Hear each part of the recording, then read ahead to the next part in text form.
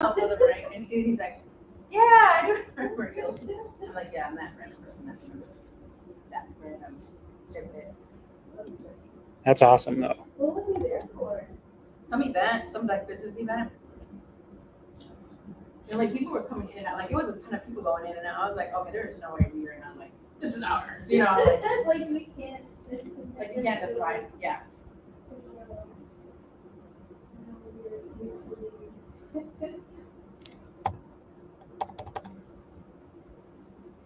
Okay, we got James. Woo!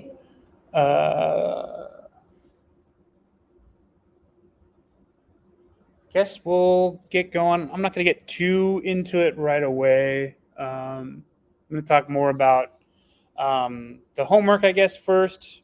Well, actually, maybe that's what Michelle would want to talk about first. So we'll talk about more of the lecture-focused stuff before we get into application stuff. Okay, so we talked about this a little bit in its Python versions. We're actually going to run into this issue today when we try to access a SQL DB from our Jupyter notebook, and it's going to give us a weird error, and we're going to have to troubleshoot it. And so that's what we're going to do. So it's timely, actually. So yeah, basically, Python versioning kind of comes down to like exactly what you would sort of assume. Like you want everyone working on the same version, different packages for different versions do different things, and like we need all of those things to be cohesive and the same. So sometimes these Python versions are kind of snapshots in time. Similarly, the libraries or packages that we're using with them for those particular versions as well. If there have been updates since then, these sort of snapshots in time are not going to change.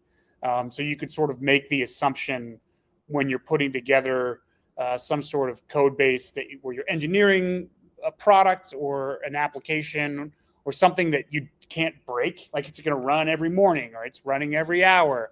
We can't always be running that on like the newest versions of everything because it would be breaking all the time. So that's why we want to stick with the version and sort of stick with it and not necessarily always be updating. So like, for instance, when we installed Anaconda last week, or was that 2 weeks ago, whenever it was, I was like, yeah, let's go with 3.10. And what's funny about that is at work, I'm on 3.9. And I was like, woo, I'm going up to 3.10. Like I thought that was all cool. And then come to find out when I want to do the lecture today, the package that I want to use needs 3.9. So we will downgrade today. But yeah, so, I mean, you can go through this verbatim and it's largely echoing what I'm saying. Compatibility, like if multiple people are working on the same project, we need to make sure we're all on the same version of Python, same version of the packets or packages. Stability, like this is, if we're always on the newest one, then things are going to break and they are very much not stable.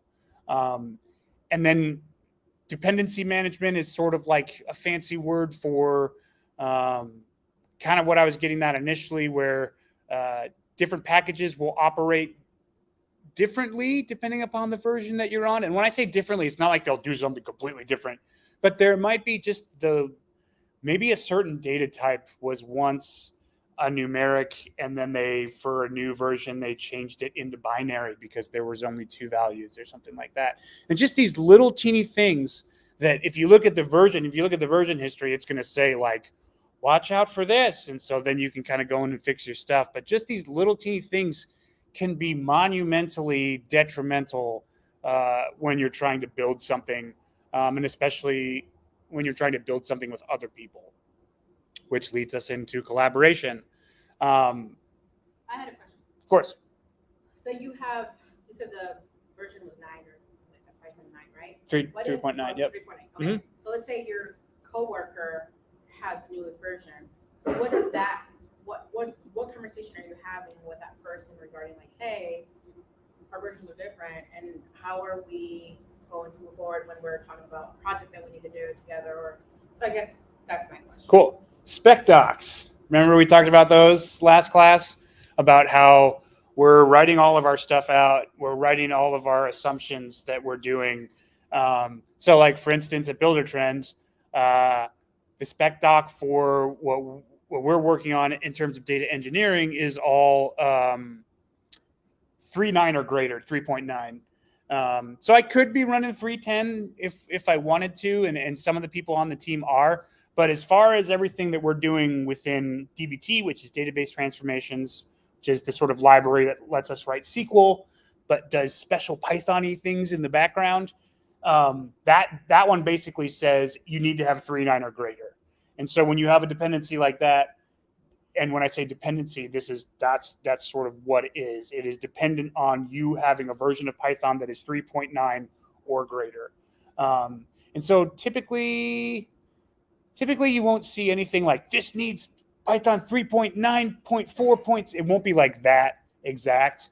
And it's similar with operating systems. You need Windows 7 or greater, or you need Mac OS whatever. I'm on a Mac and I don't even know what it is right now. But those are all dependencies. Doing these things is dependent off of you having your operating system up to spec. So yeah, but let's say we don't have a spec doc and I'm working on something and I'm like, yo, Brenda, I'm going to pass this off to you, and you get it and everything breaks. And you're going to come to me and be like, yo, what's going on? And then we're going to have a conversation about like, oh, you're on 3.10, I'm on 3.9. Maybe it makes sense for me to update because there's better stuff at 3.10. There's more functionality, with particular packages or something like that. So yeah, it is just a conversation at that point. It's let's look at what this affects, and does it make sense for us to, for me to move up or you to move down, or maybe we have multiple versions on our machines, and that's what we're going to get to next. Oh yeah, testing. And testing is exactly what it sounds like. You want to test your code to make sure that it works. But also within data engineering, you can do tests on actual data sets and say like, if this data set has anything greater than 100 within a particular column, like omit that. And so that's like a test that you could pass and fail. And you could do similar tests within Python as well. So methods. When we talk about the methods for not only installing, but installing multiple versions of Python on our machines, you can literally go to, I think it's python.org. Yeah. You can literally go to python.org if you want and get the installation files for these versions of Python. Oh yeah, I might close that door. Do you want me to close it? If you want, you need to screw the top off. Here comes somebody. Oh, okay. Is that Rochelle? No.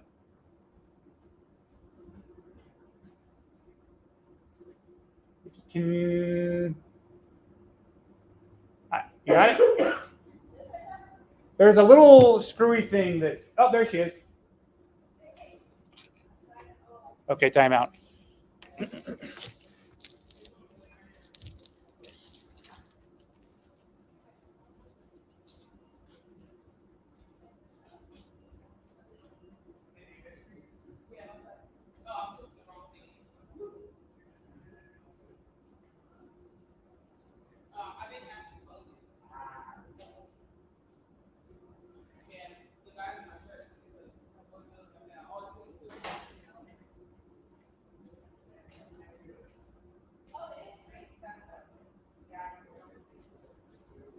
But at least there's one.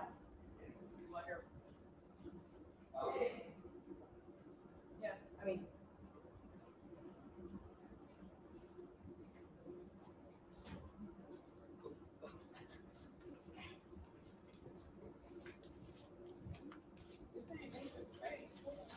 Oh yeah, and then you guys saw Wi-Fi, I assume. Okay.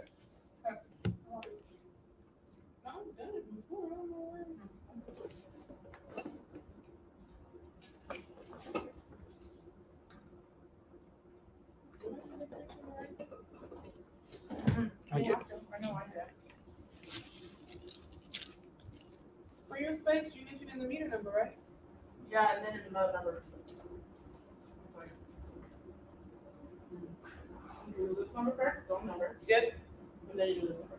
Yeah. And you entered in 6 digits, right? For the zone? Yeah, 150-705. Yeah. Yeah, it's asking me to enter my space number. That's his own number, right? So the one digit is the zone number, right? Yeah. But the other one. This bigger one is that's. It's a space, right? Yeah. It's not letting me enter in. Well, I'm 150-705.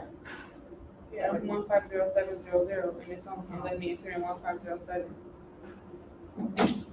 Oh. Yeah, I don't know what's going on. 15, right? 150-705. Right there, it's being difficult for my reflection.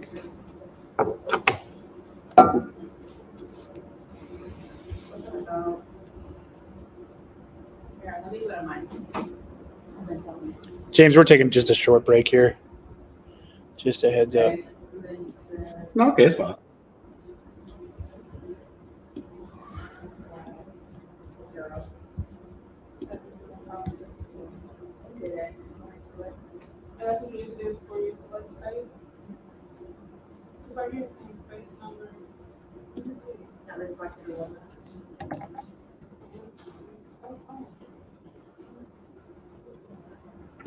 And if it doesn't work out,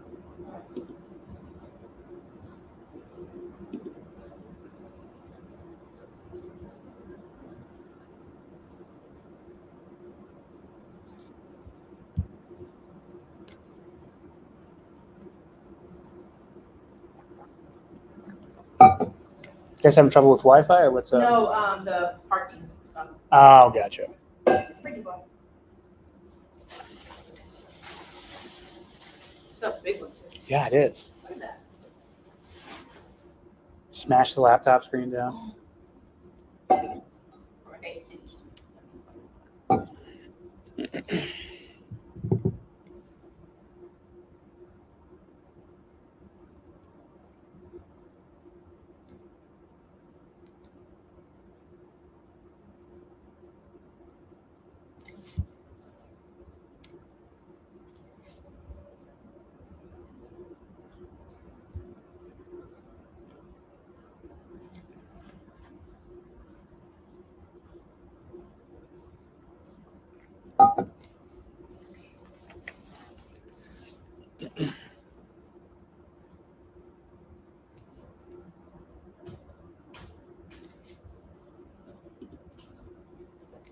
Oh, you did die on your laptop.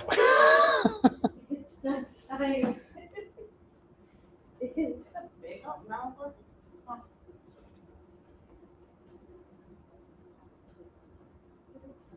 I have not seen one.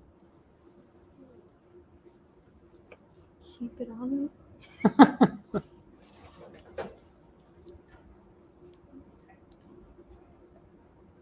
How was class on the 3rd?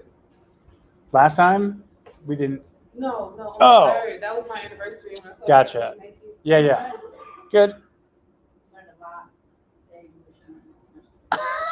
You should have saw my face looking at you. I'm like, It seriously? was really good. Right? It was really good. Last one thing. There was a lot of information. You should have been. Oh, we did. You You went. too, Anna. We did install Python with Anaconda, which I don't. So that means you were not there You for were there for that. the scavenger hunt, yeah. No, I wasn't there for the scavenger. Okay. But Was, it was that class recorded. recorded? Yeah. Yeah, everything should be Yeah. recorded. I'll put links I in the saw- thing. oh, okay. Yeah. There wasn't a link, but if you went on the old link of like. Or you go to YouTube, YouTube to lives. It's like Oh, it's on the Yeah. setting. Okay. Yeah. in the live. I could have done more. I saw there and I was like, oh, maybe they didn't record it. Maybe they just chilled on classes. They missed me. Third was when. Yeah, That's the Wednesday. same without me. Yep, that's fine. Gotcha. Yeah. So we did assign scavenger hunt and then installed Anaconda. So the last portion of this class is largely going to be like me working through what is expected for the final project, and you guys can ask questions about that, and then sort of work through homework if you want and ask me questions. It'll kind of be just time for, So, okay, so the last bit. and so that I'll make sure we get it working on your computer. Right. So that's it. It's my call.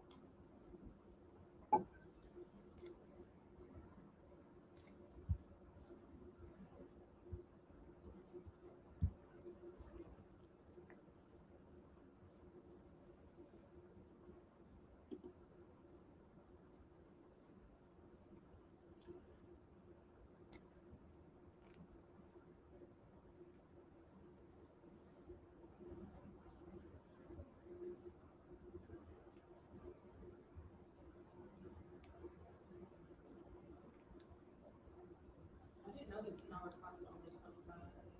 Yeah, I didn't either. Since the hour, I'm like, well, I just found this thing, I was like, oh, this woman who just walked around the room. Do they still make you pay? Is it still till 9 o'clock? 9 to 9. They used to be weekends and stuff free. Right. I find it weird because I used to play computers on weekends. Oh yeah. They're only go to like 6 or 7:30. Yep. Depending on what area you're in. And I was like, no, here, goodness. Except for Sundays. It's really over there. It's Saturdays. I think it's only.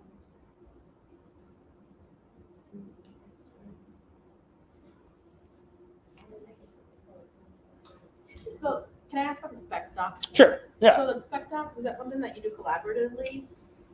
Or is it something that like you as like if you have that task to do, like then you share that information and then how do you share it? Yeah, so it can depend. Like, so for instance, at Buildertrend, I am a staff data engineer, which is essentially above regular data engineers. So like I do a lot of that work. I do a lot of the more admin sort of work that is more sort of strategic and big picture, making sure that the data engineers have in front of them like a very clear-cut path of what they're trying to accomplish. And so that sometimes the spec doc you work with like a stakeholder. Like if we're making a data set for somebody, they need to know what they know what they want, right? And so I need to take that and turn it into data speak and code speak in the spec doc, so then the actual engineers can work on it and actually deliver something to them. And where do you store it? What's that? Where do you store it? So we have an online sort of compendium of things called Confluence. Okay, yep. So we use Confluence for all that stuff. And so then stakeholders can have access to it all the time. If there's ever something that changes or doesn't make sense, it's sort of like everybody can have eyes on it. That's where we used to keep our videos, right? Yeah. The links. Yep. Yes, but they also did like that. It was when we had that project and it had like all the requirements or what we said we were gonna do for like not an MOU, but it was like an agreement what you were and had talked about like whatever things that you would want to do. Right. So yeah, that in terms of like my deliverables at Buildertrend, like a spec doc is maybe what all the columns that are going to be in a particular data set, right? I'm going to list all of those out and then sort of how those tie back to like what the actual request was. Like if they want to know the ad spend amount on a particular channel, like if they're spending money on Facebook and they want to know how many clicks are we getting, like I'm going to say, all right, well, there's going to be a column called ad channel, and that's going to have all the different things that all the different channels they are advertising in. And there's probably going to be a date column where each channel is going to be associated with a day. So for like last Wednesday, there's going to be a row for that for Facebook, for how much money they spent, how much clicks they got, and sort of everything associated with that. So making sure they understand.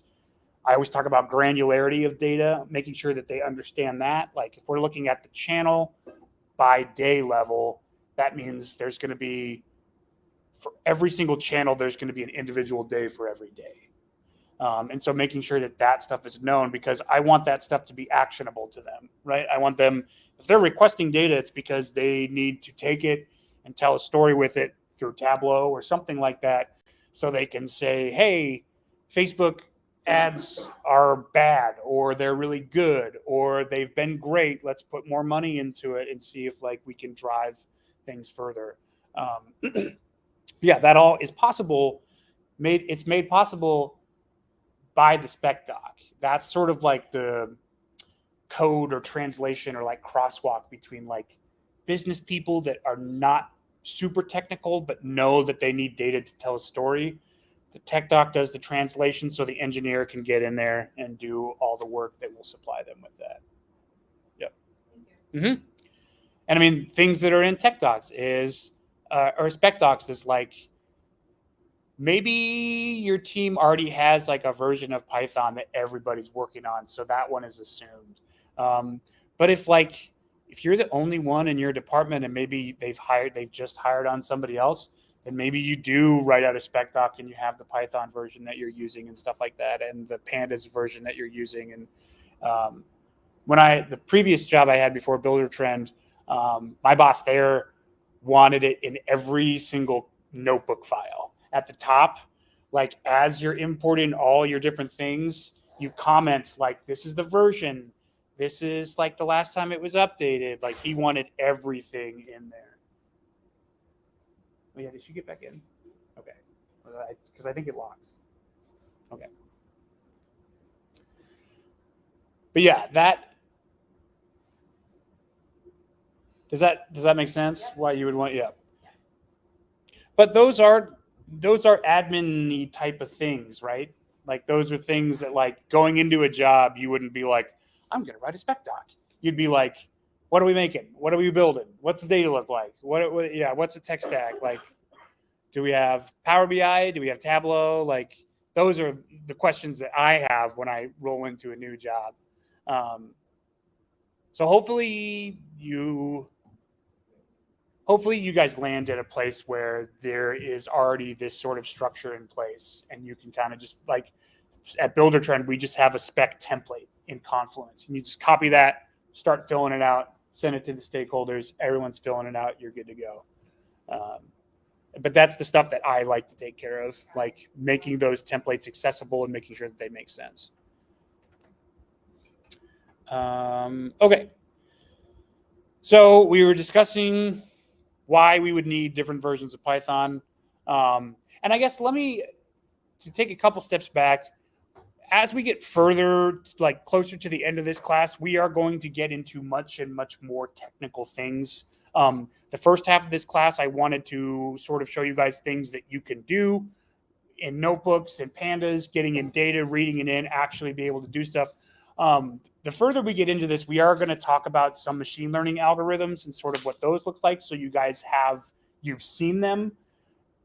I mean, a lot of this stuff is higher level statistics. So I don't expect you to be like, oh yeah, inverse matrices, and I can do all this linear algebra and stuff like that. I don't expect anybody to be at that level unless they truly want to be or already are.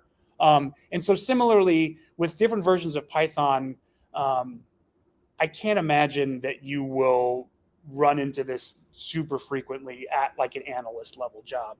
But again, for the sake of the class, it's Python 101. I want to expose you to all this stuff so at least you have an idea that it's out there, and at least you have some understanding on why you would ever want to do some of this stuff.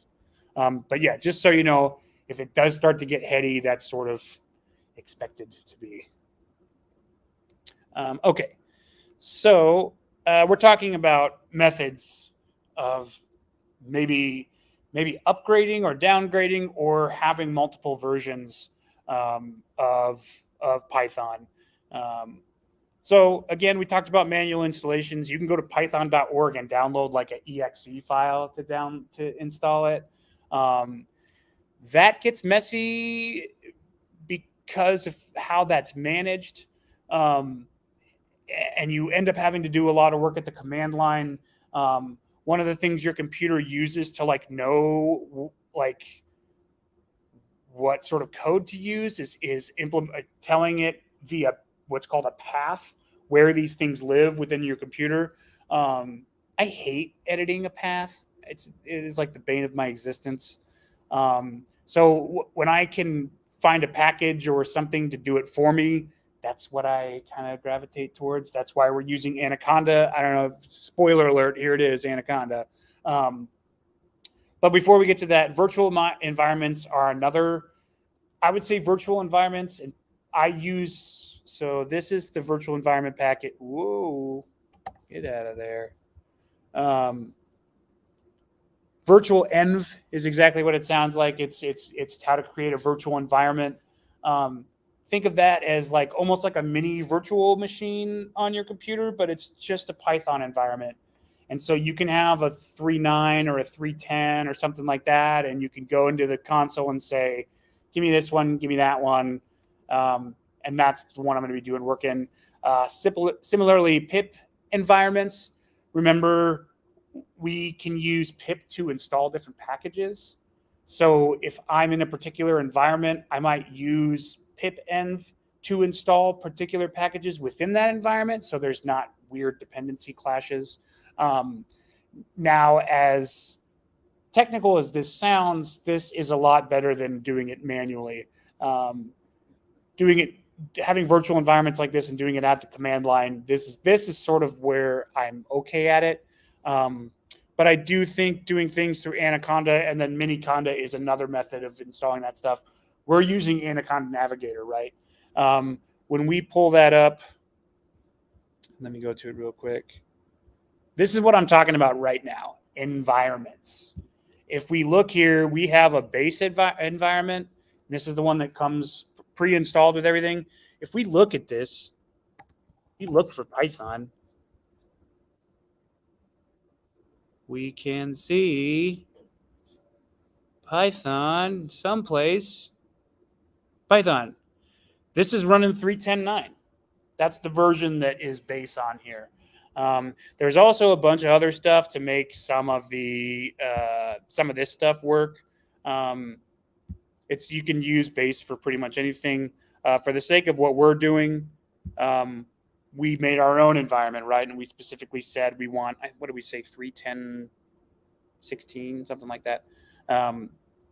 So yeah, this is how we're going to maintain it for everything we're doing in this class. And we will be downgrading here in a little bit. So let me go back to Mark. Oh, there we go. PyEnv is another one where you can, and this is actually what I use on my M2 Mac, because installing Python on the newer Apple Silicon stuff is a little tricky. It was actually not tricky with PyEnv. I was very satisfied with getting it installed. Decent amount on the command line, but the more you use the command line, the easier it is. And then Docker. Have you guys talked at all about Docker? Or has anybody ever heard of Docker before? Yeah. So Docker is like I talked about how virtual environment is like a very small little virtual machine on your computer. Docker is like a little bit bigger. It's like just the basis, like the base of like an operating system, so you can run some things on it, but it lives in its own little sort of compartmentalized world. And because of that, it's very small, but it's almost like air gapped at that point too. It's almost like nothing, unless you update something purposefully. Why is this still here? Get out of here. There we go.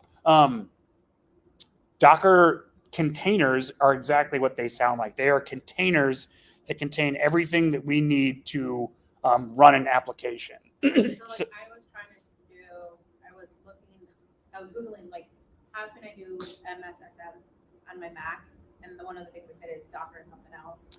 And so I uploaded Docker. It took forever. Yeah. And then I don't remember the other thing, but that was one way that they had to, like, Docker would be one that you have to have one to have the other. Like, basically, yeah. Sorry. So you know how like you can like clone code and like get bash and like type it and run it, so you're not messing up the actual like code. Is that kind of what Docker is? You can download that and do it in a separate system. Yeah, essentially that's how you can connect it to work once it's like fixed. So if I had like a machine learning model, and let's say I developed it on my Mac and it uses, specifically it has like something, it needs something within Linux for it to run, and Macs are Unix based, which is an offshoot of Linux. And if I wanted to send it to you guys that are on PCs, be like, well, that's kind of tricky, right? Like operating system's different, and my mind's like dependent on my operating system. I could put it in a Docker container with the OS for it to run properly, and then you guys could run it on your computers then too. How does the Docker on our computers automatically translate it to Windows? Well, sort of. Docker, it's weird. It's sort of like it's its own encapsulated little world, and like you can just tell it to run, and it won't necessarily use any like traditional like operating system stuff. It's all running within its own little like world. So yeah, it's like an ultralight virtual machine sort of thing. Yeah. And it just has enough just to do like the one thing that I've designed it, or that whomever has designed it to do. And so some people like to do that. Docker is getting more and more user friendly, and it's becoming more the norm in a lot of things. And when you hear people talk about Docker, they'll talk about containerizing things, and that's we're taking. If I have a machine learning model and I want to run it, I'll containerize it within a Docker container, and then that can be deployed to like a cloud service, or I can send it to you guys, and you guys can run it via Docker on your machines. I almost did this recently to use AutoGPT, which is another. It's sort of like it's a utilization of ChatGPT, but it will learn. It'll go read websites and use that to like do more, basically. Like using that via Docker was one way you could do that, and that makes a lot of sense, right? It's like if this application is going to be doing a lot of stuff at the command line, maybe I'll make a separate environment so it can do all that stuff in the command line, and it won't mess up like my regular personal command line. And so, yeah, Docker can do a lot of stuff, and Python and Docker go hand in hand in that sense, because Python can do a lot of stuff. And so then if you pair that with Docker, depending upon what you're trying to accomplish, you can really build anything. And it's cool. And then this stuff can then sort of be deployed. Hugging Face is one of the ones where you can deploy different things on. If your company uses something like Google Cloud Services, you can deploy Docker containers that way. And so what that might look like is, again, if I have a machine learning algorithm that takes data in and then spits out a prediction, if I containerize that and deploy that via some sort of Google Cloud service, then through our Python notebooks, we could essentially send a CSV to an API, and that's all that the containerization, that's what, when it's deployed, that's the sort of API portion where now it's living, it's ready to take on new data, it gets new data, it spits out the prediction that we want, and then through that API, it comes back to us. And so that's sort of like, in my book, that's sort of like Python and Docker together doing really cool stuff, that where traditionally you would need like a massive amount of software engineering and like big, maybe on-prem machines to do all this stuff. Now it's just like, I can do it on my machine, and I can throw it on Amazon Web Services or GCP or anything like that and pay 25 cents an hour, and it's good to go. And so that's cheap and it's easy to maintain. Yeah. Now that I've hopefully not thoroughly confused everyone. But yeah, so Docker can do that. It can do that. It can do Python. It's great. Okay, so we are now going to downgrade our version of Python because I didn't know that this SQL connector wasn't going to work. So you haven't done anything yet. If you want to, let me go back. I'm logged into the Anaconda Nucleus. I don't know if that's the same thing as the Anaconda. So you want to download the Navigator. So Nucleus, I think, is the one that you want to do. Let me pop up there super quick. So go to just regular anaconda.com.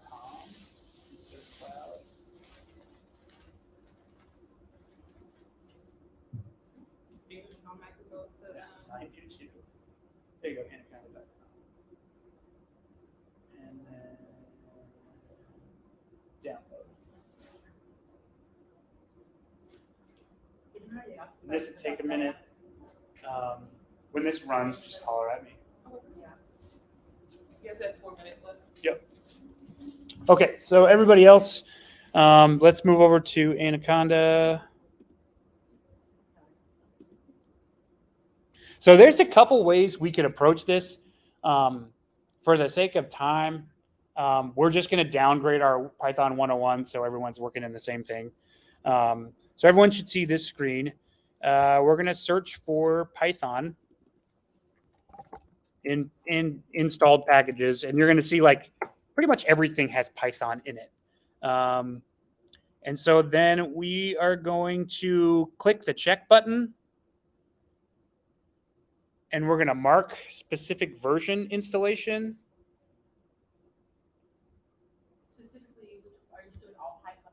Yep. So see this Python, there should be one that says general purpose programming language. Click that checkbox. And then we want 3916. And so then when you do that, you should see like a weird, checkbox should turn like, is it like a weird red now or something like that? Cool. So then you're going to do, after you do that, go to the bottom and it should hit, you should see a.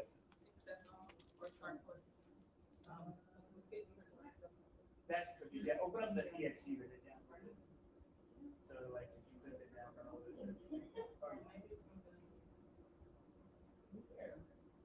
Oh, it's still.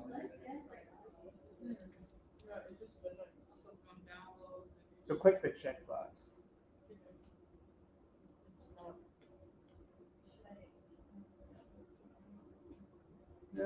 Hit the plus button real quick.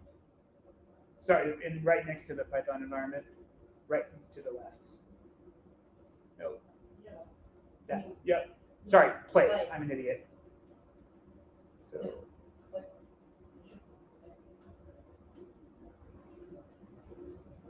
What is going on?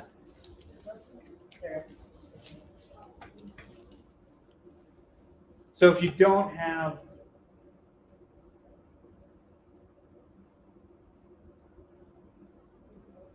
nope, yeah, we're good now. Try Python. Yes. Okay. 16, right? 3960. Yep.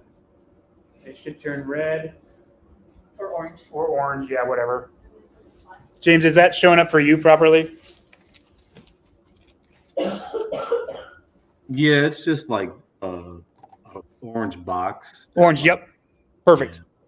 So when we get that, there should be a button down here that says apply, and then just click that. And it's going to spin for a minute, and then it's going to be like, yo, you got a lot of packages to change because you're downgrading. But that's okay. This is it does all this for us, and we appreciate that because to do it manually is tough. So what happened last class that caused y'all to downgrade? Well, I told them to do 310. Did yours download? No, it's still thinking. Still, okay, yeah, it's still. I was just wondering. Yep. Well, I told everyone to download 310 because I assumed the package that we were going to use would be supported on 310, and for some reason it's not. You want to apply it again with the apply button? It should be. Is it? Oh, well, it's already got through in mine. Oh yeah. Yep. Apply again. Yep.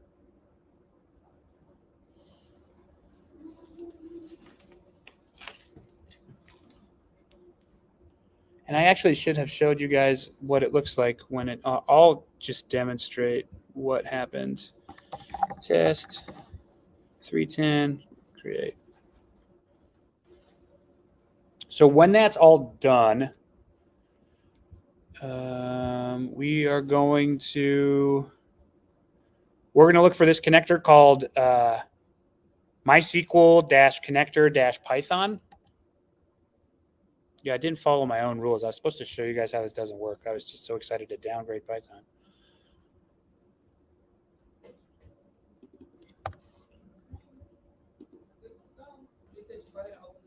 Yep. And then let me know when you see like the actual Anaconda Navigator portion.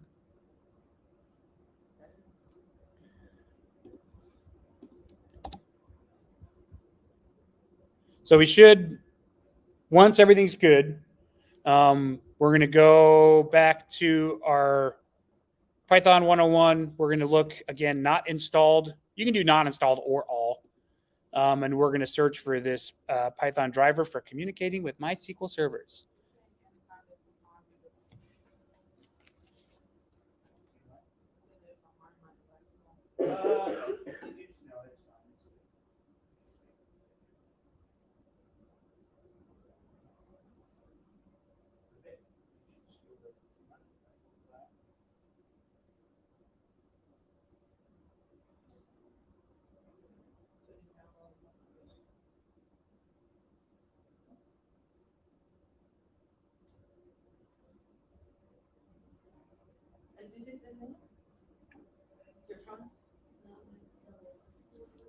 It's still, yeah. Mine's like grayed out. Yep, because you're still installing stuff. So when this thing's all done. Just me, right? Yep. Yep. Yep. Cool. Okay, so now you search for it. We're done spinning. Yeah, go ahead and apply. If you're done, I'm going to show you what it looks like if we wouldn't have updated. So this is the error that and basically if we look here, it says Python version greater than or equal to 3.8, but less than 3.9.0 and less than 3.10. And it's saying my Python is 3.10. Your Python is the leftmost, blah, blah, blah. So it tells you this is code for nice. This is a nice way of telling you that it's not going to work. And this, I think this is an issue with the version of the packages that Anaconda is pulling from. Because when I go to this, if I go to this GitHub, it tells me that 3.10 is supported. So sometimes it takes a while. Sometimes, especially with these Anaconda packages, like, again, when we talk about compatibility and making sure everything works all the time, Anaconda really makes sure that everything works the way that it should. So, like, maybe the Python 10 version just hasn't made the cut yet in everything that they're doing. So is that what am I trying to? Not a stability feature, but it's kind of stability. Right, it's like a preventative measure to ensure that like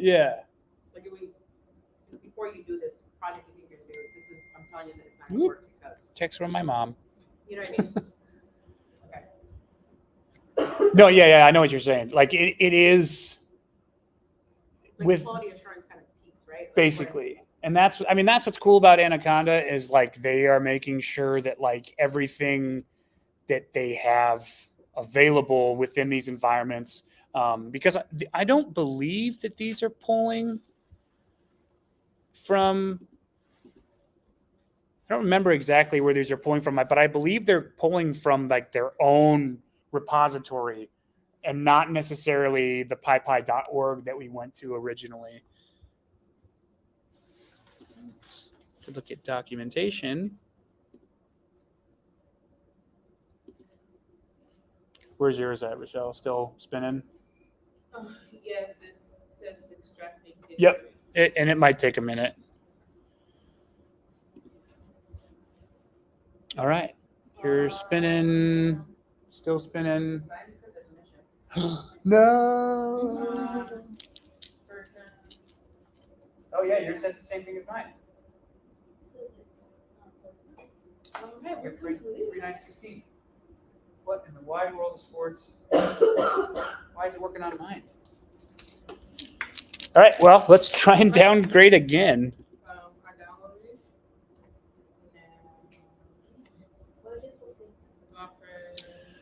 Interesting. So I got this error and then I downgraded and then it worked.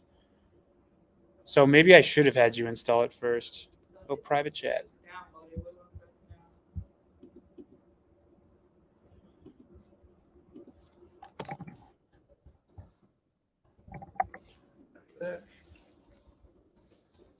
Okay, so you're on. Close out of this for a minute. Go to the Anaconda Navigator, so that little green circle. Down here, sorry.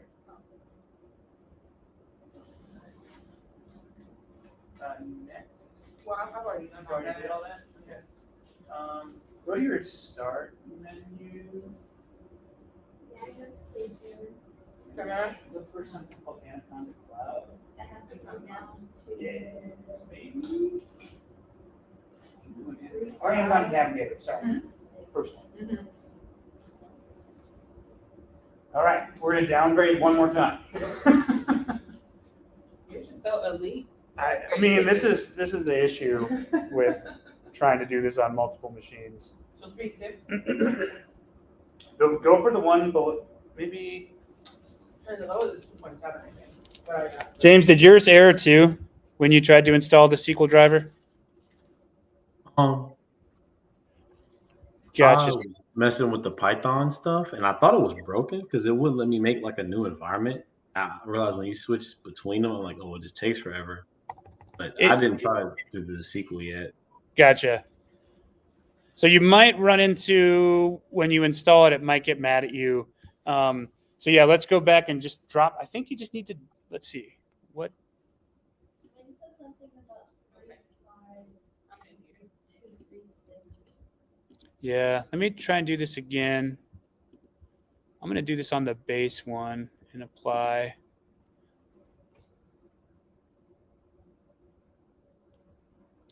Should get mad.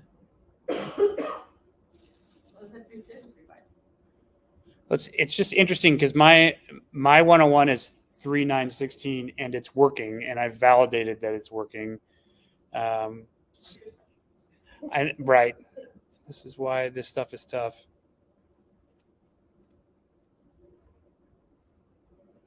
All right. So with yours, you want to go to environments and then go down to create.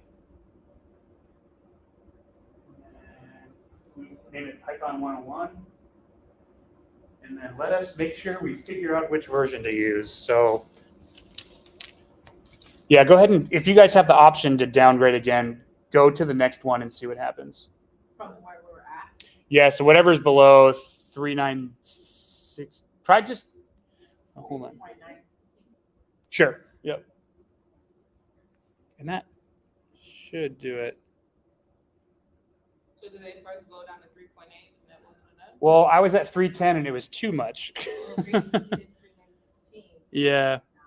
All right. So no packages will be modified. It's mad at me. So let me, I'm following along. I have 3916, 3816. Yeah. When you are setting it up, you only have a few options. Oh, okay. So do 3916. Start with that one. Go ahead and go to create.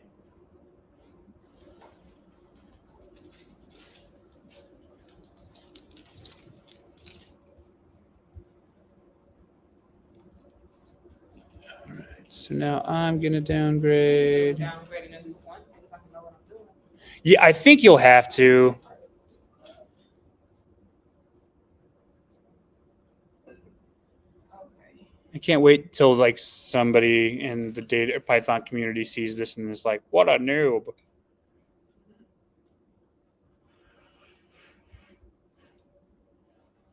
Where's regular Python? Python.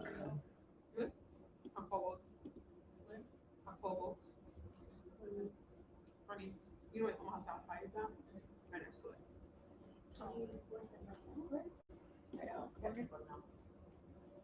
I want to go to get their butt, but I'm never there often. They have a weird schedule. I only go for Button for International Bakery. Okay. I have both of them left. Brad. Big Brad. I'm supposed to have that close my look downtown. I'm pretty sure that's what I can taste next. It has such good like farmers resolution. That what we're doing now? I was gonna buy their chips when I was back doing my last time. Just chips and little flour. I went and bought me some like tortillas and we'll cut up in triangles. Farm.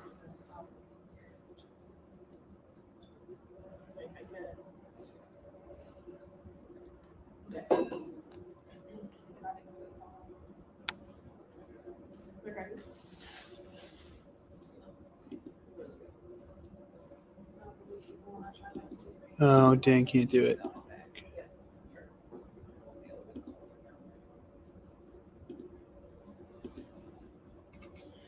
Okay, I think it's done. It says 10 packages available. Yep, so this is everything that's already installed. So go back to the home real quick. And then we want to install Jupyter Lab. And this is basically Anaconda Cloud, like how we were seeing things with like the notebook. This is like the actual version, not the cloud version. So this is now running on your machine's power, and we're not worried about like hard drive space and like how I was getting close to all the CPUs and stuff. Now you're not gonna have to worry about that because it's installed locally. So what about the benefits of going with Final versus that? That you don't have to download onto your computer? Basically, and it also, it's very easy to change versions for compatibility's sake. And within everyone's unique machines, again, we're seeing different errors occur right now as we try to install this SQL connector. But if that's a cloud, it would just adjust. Right. Well, we'd be able to figure out exactly what it is, and then everybody is now running basically the same thing. That's why we didn't really have any of these problems when we were running things on the cloud. However, without paying for it, it's not scalable, right? Because I was hitting limits. You guys were poised to hit limits too, especially as we get into some of the higher level, like more machine learning stuff. It'll be better to have this. Okay, so when I press launch. Yeah. And so when we want to install packages, and then yeah, whatever browser you prefer. And it should look exactly like Yep. So I went to my desktop and made a Python 101 folder, and that's where I'm putting all the notebooks. Like, per me personally, you can put yours in documents, you can put it wherever, but just have like a. Okay, what you said on my desktop. You can if you want, or you can do. I was playing with just basic Python. Oh yeah. That's the And then let's make sure we can. And you can do this from Anaconda Cloud or from the browser. Oh, I thought you said I had to. Well, So did you feel- hold on. Yeah, go here. Back Oh, to good. yeah, so is there a thing that says desktop? So we might have to go all the way down, like. I don't know, so it's like it's more than 2. Well, if you double click documents, this is then your documents. So you can make one in here as well. So if you go to plus, well, that makes it even larger. So sorry, the folder Right, plus. so I'm doing with 3.9. Sorry, the one. Oh. So now you made a Unless you folder in turn your out document. You can call that Python 101. Go through point 14. And then in the deep note, you can download the Python files. And when you Right, do, what if you they can do? just drop them in here. So that's where like you can put the homework and scavenger hunt and stuff like So that. you dropped it all the way down. No, it's 3.9. Okay, when you're saying right here, where I'm Oh, yeah, you did, that's what we did. Girl, I don't Going know. over. Still I mad thought we you? were like at 7. So you seem like right here. That's what I was just like. Yeah. So yes, Yeah. Python SQL. So if you go to this one, and then the 3 dots. Yeah. I'll let you know. If you export as IPN, Yeah. so that means Python notebook. And so I would then find that file and take it in there, or it open up automatically. So yes, that first one, Python SQL. Oh, did you already see it? Yep, it downloads, top one right there. So you can just pull that, copy that, and then like put it into your documents file. That's what I was doing. So it still didn't work for you? Why did it work for me? It has to just 3.9.0. So you went all the way down to 390? Yeah, Okay. and that was the highest that I saw, right? Yeah, but it's just weird because here's my connectors. Is this going to do all 6 of the classes or just one class at a time?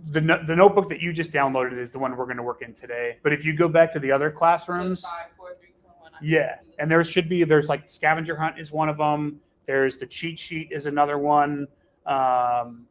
And you can pull all those notebooks like into that folder, and then that's how you could open them up, like Okay. just like we were doing in Anaconda Cloud. Can you go back to your Python one?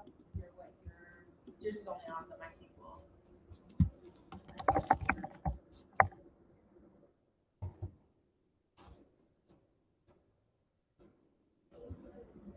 Yeah.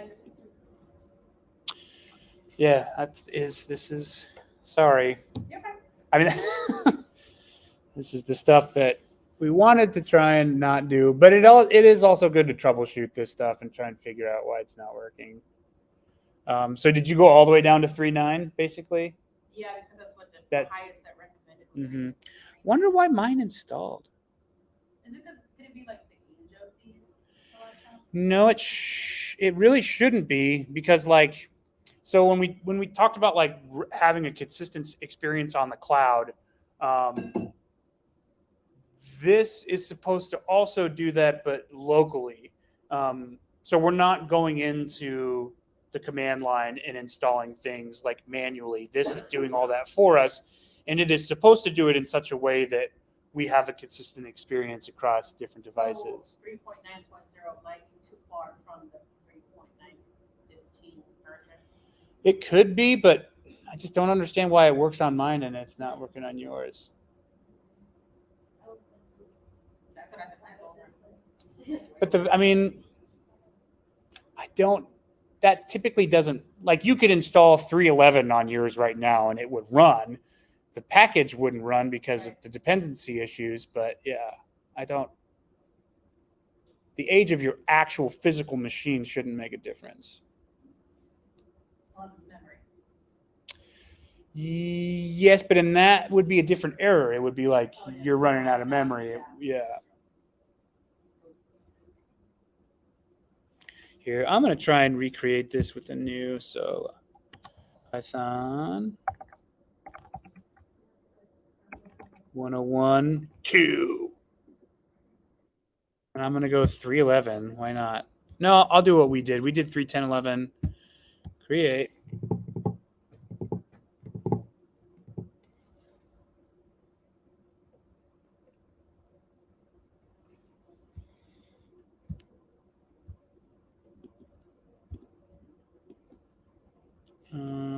Okay, so then I will install my SQL.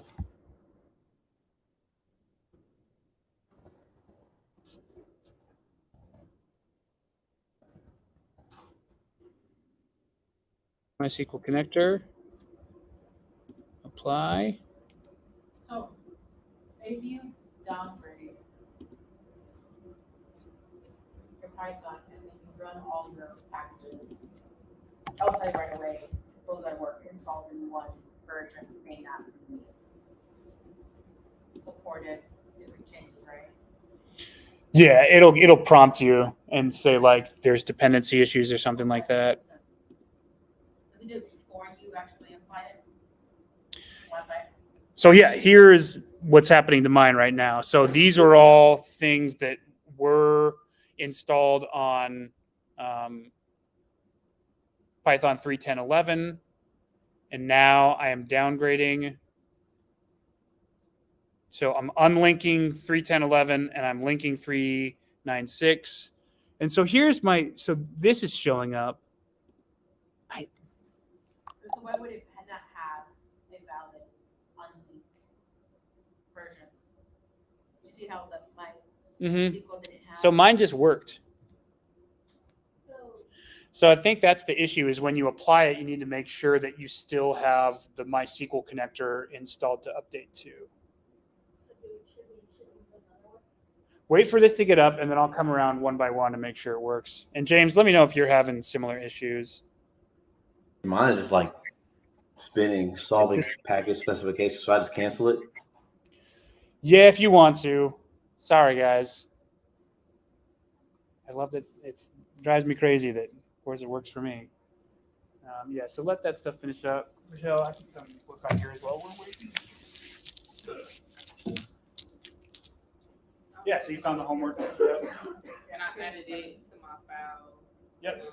And then you should be able to. Along with the cheat Perfect. sheets, everything in Python. And so then when you open up your Jupyter Lab, do that little refresh. The little spinning guy, it should show up. And you put them in the Python 1.1 documents file? So, Oh, OSDA Python. Looks like you did a different one. So go back to this guy. Go back to the Jupyter screen real quick. And double click documents. And then what is going on? Where is your other one? Maybe I'm doing this wrong. This PC documents ODSA Python. Where is that? Don't even change the Python 101 to the name. Well, no, I mean it should just they are the same thing. It's looking at this. It's just looking at your files. I just don't know why it's not showing up. I was trying to put it down on So your Python 101 didn't show up. Right here. But what you're saying is something with MySQL? That There is a should Python Yeah. folder underneath all this ODS. So I think that's the issue. Go back to. But no matter if we did that, it's Notebook still real not. quick and double click the folder. I don't No, know. the little one before documents, stuff like that. Oh. Now go to OneDrive. Double click that. And then documents. And then there it is. So you have two ODSA. And then Python. There they are. Okay.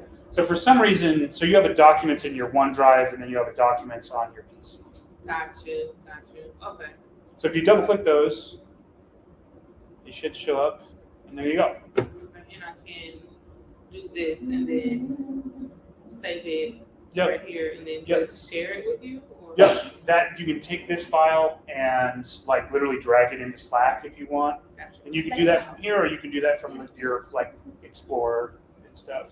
So am I just like using Google and other resources to find these? Yeah, things? half this stuff should be in everything that we've done so far. Okay. Anything that doesn't make sense, you can Google, ChatGPT, anything's fair game. Okay.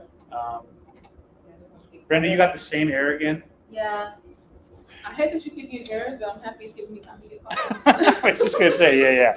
I mean, to be honest, Good for you, but bad. that's what this class is. It was like, I know that there's just going to be a lot of working through stuff in this Yeah. class. So this time is being spent properly in terms of what I had planned.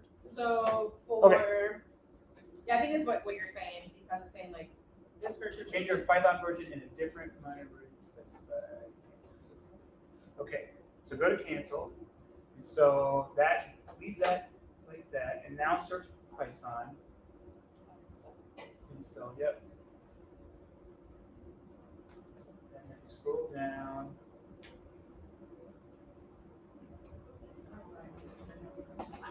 I do the same thing sometimes.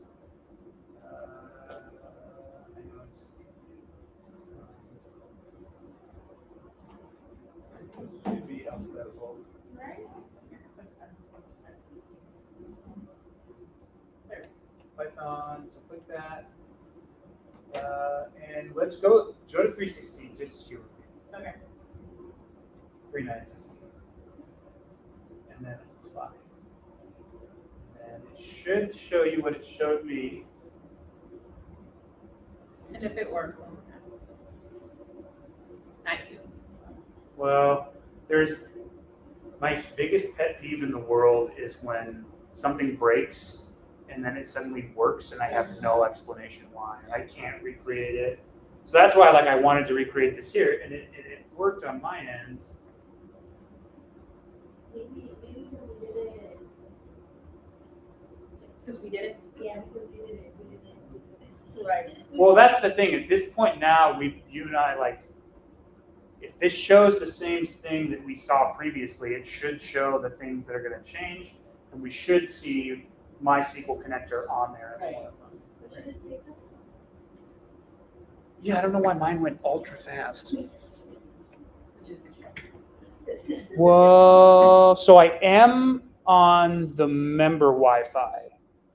And you guys are on the guest. So that very well could be. If we want to test that out, we could try and do speed tests.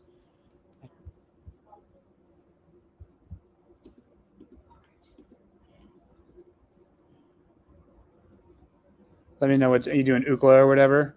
I'm just doing test. Okay.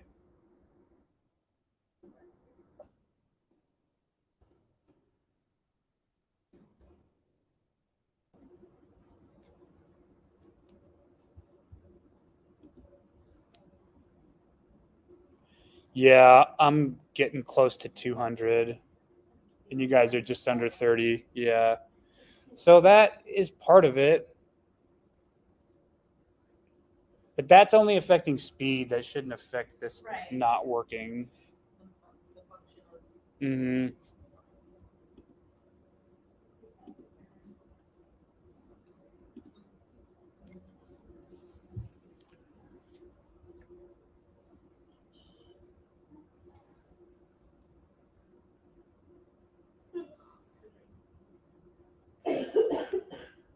What also sucks about this is the stuff that Ted really wanted to know. So like insult to injury, not only is he not here, but it's not working. Ay, ay, ay. Ted is in the Netherlands right now. Yeah. I mean, it sounds like he's doing something more fun than we are. Right. Yeah, I mean, He's working on it, right? It's all working. yep. I mean, but that's what he does to for the the job. Netherlands for work. Yeah. I'm sure he's tired of traveling though, because that's his whole job, right? Yeah, My uncle sounds what it sounds like. He's in like a different place every week. Isn't There you go. Mhm. Well, he's married. Oh man, you enjoy it. Oh, you're silly. You're. I think Ted's married too. he? I think yeah. I thought he was. Yeah, so that's what I mean. Like, marry men to travel, give him some space. My little brother is works for Fujifilm, and they do like the thing that he's like a sales rep for is the non-destructive testing, like the big cameras they use to check like the integrity of welds, like X-rays and stuff like that. So yeah, really cool stuff. But he travels so much, and like he has like his kid is closing in on 2 years, and I'm just like, how can you? Right, especially those prime years. I know it. Yeah, That first year alone. You're gonna go home and you're supposed to be like, who are you? I know. You're the guy through the screen. You look different. Yeah. Hi, John. Like, wait, it's Dad, first of all. Like, no, your name's John. Okay. I If don't know. we, El señor. ¿Qué hace, señor? Fue lechero. Mira, pensé que lechero. No, Digo lechero. I've been teaching my niece her parents' name because I'm like, if she ever gets lost, she needs to know. So I'm like, Sophie, what's your mom's name? Mom. What's your dad's name? Dad. I was like, Nailed no. it. I was like, no. I was like, if you get lost, you have to say their name. What is their name? Yeah. Okay. I'm like trying to do that. I told my husband we need to get an emergency kit for like fingerprints, nail stuff, because I'm just like that extra. Oh my God. Rochelle, what's your stuff doing? And are you just looking through the homework and stuff? So yes, I'm trying to figure out, like, now that I'm on like actual Jupyter, Mhm. how we were like Sí se va. Sí se va, y ella no. pulling up She knows me. file. Por lo momento no. So the Anaconda cloud files, those are only over there. Maybe I'll pull all those down and She can make give all them to the- you guys. So I wouldn't be able to, I don't know, we were going through the class and show those functions and all that, I would go back to Anaconda file. Yeah, but don't do that. Let me pull those down and I'll put those in I'll put them maybe in Slack or something like that, and everyone can download them while we're waiting. If you guys are still spinning, maybe cancel it and restart the program, and then maybe go one at a time. Maybe we're eating up the bandwidth. Oh, I didn't even think about that. It's possible. It's the only thing I can think of. And then make sure you save any notebooks because I forgot. I think we got spoiled by Anaconda Cloud because that saves constantly and this doesn't. So apologies for Yeah, don't misleading forget there. that. Save. Manager, Say, yeah, save it before you. Yeah. I made that mistake. Well, and that you made that mistake because I told you that it auto saved. So it does not auto save. I mean, I don't, go on ChatGPT to find my answer, but I'm like, I want to make sure. Well, that's the thing is like, so for most of these things, you can run code to yeah, you found the answer, but now you have some space to play around with it a little bit. That's the idea. Some of them is just an answer. So you can just put in what the answer is, but other ones, it's like maybe read a CSV or something like that. Okay. So then I would need to still pull up like the Anaconda file thing, right? That's how we were going through the classes, right? Yeah, I'm going to download those notebooks real quick. Are you starting? Yeah, because it didn't want to close out of like the other program. Okay. Yeah, so go ahead and if you've closed out, and Brenda, you try and run yours, see what happens. Okay. So yeah, Now it's 15, right? make sure, but yeah, then also make sure the Python, make sure the SQL connector is also set to download Wait, under not installed. Okay, Yep, duh. that's all right. I know it's tricky. Okay, so. It is connector. That's that's right. Yep, you're good to go. Okay, so then apply. Go ahead. Yep.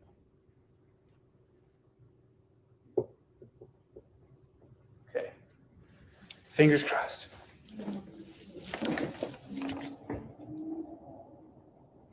Okay, then I'm gonna. You said you're gonna load us some more, so I can just act. Yeah.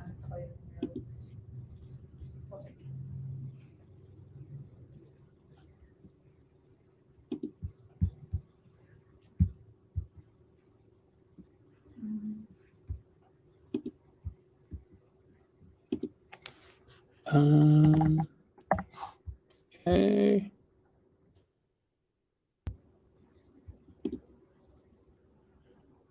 And so I don't know if you guys heard me talking to Rochelle, but I'm going to take all of the notebooks that we'd previously been using and put those into Slack so everyone can get to them, because those are very helpful. Oh no! Sample note.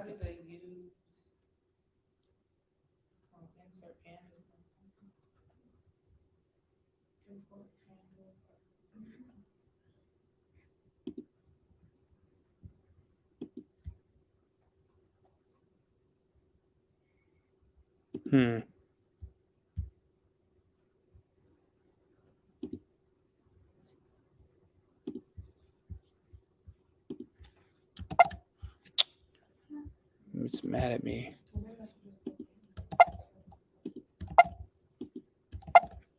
Nope. Wonder if I could just pull it down.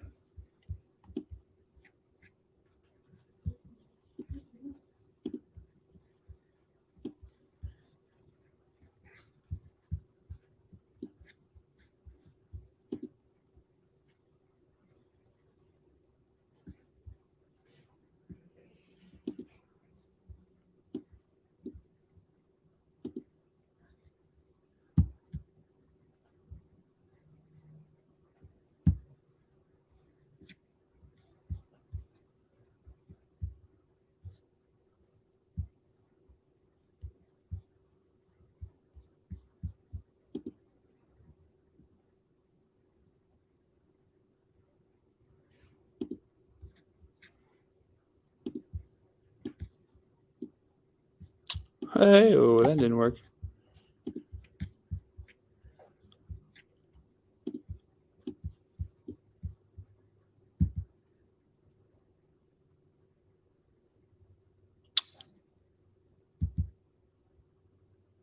Nope.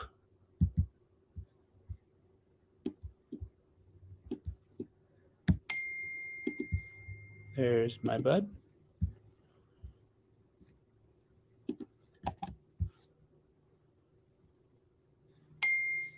Come on.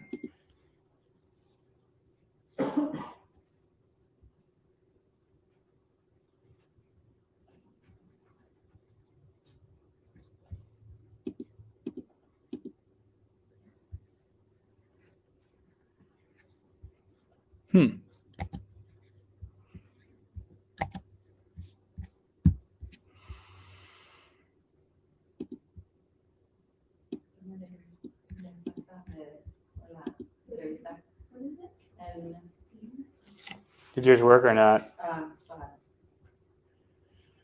Bum her. This is the first time.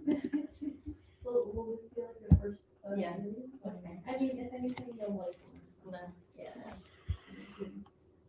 Dude, every time I ask someone about the company, they're like, "Oh yeah, it's a really good company." It's like, like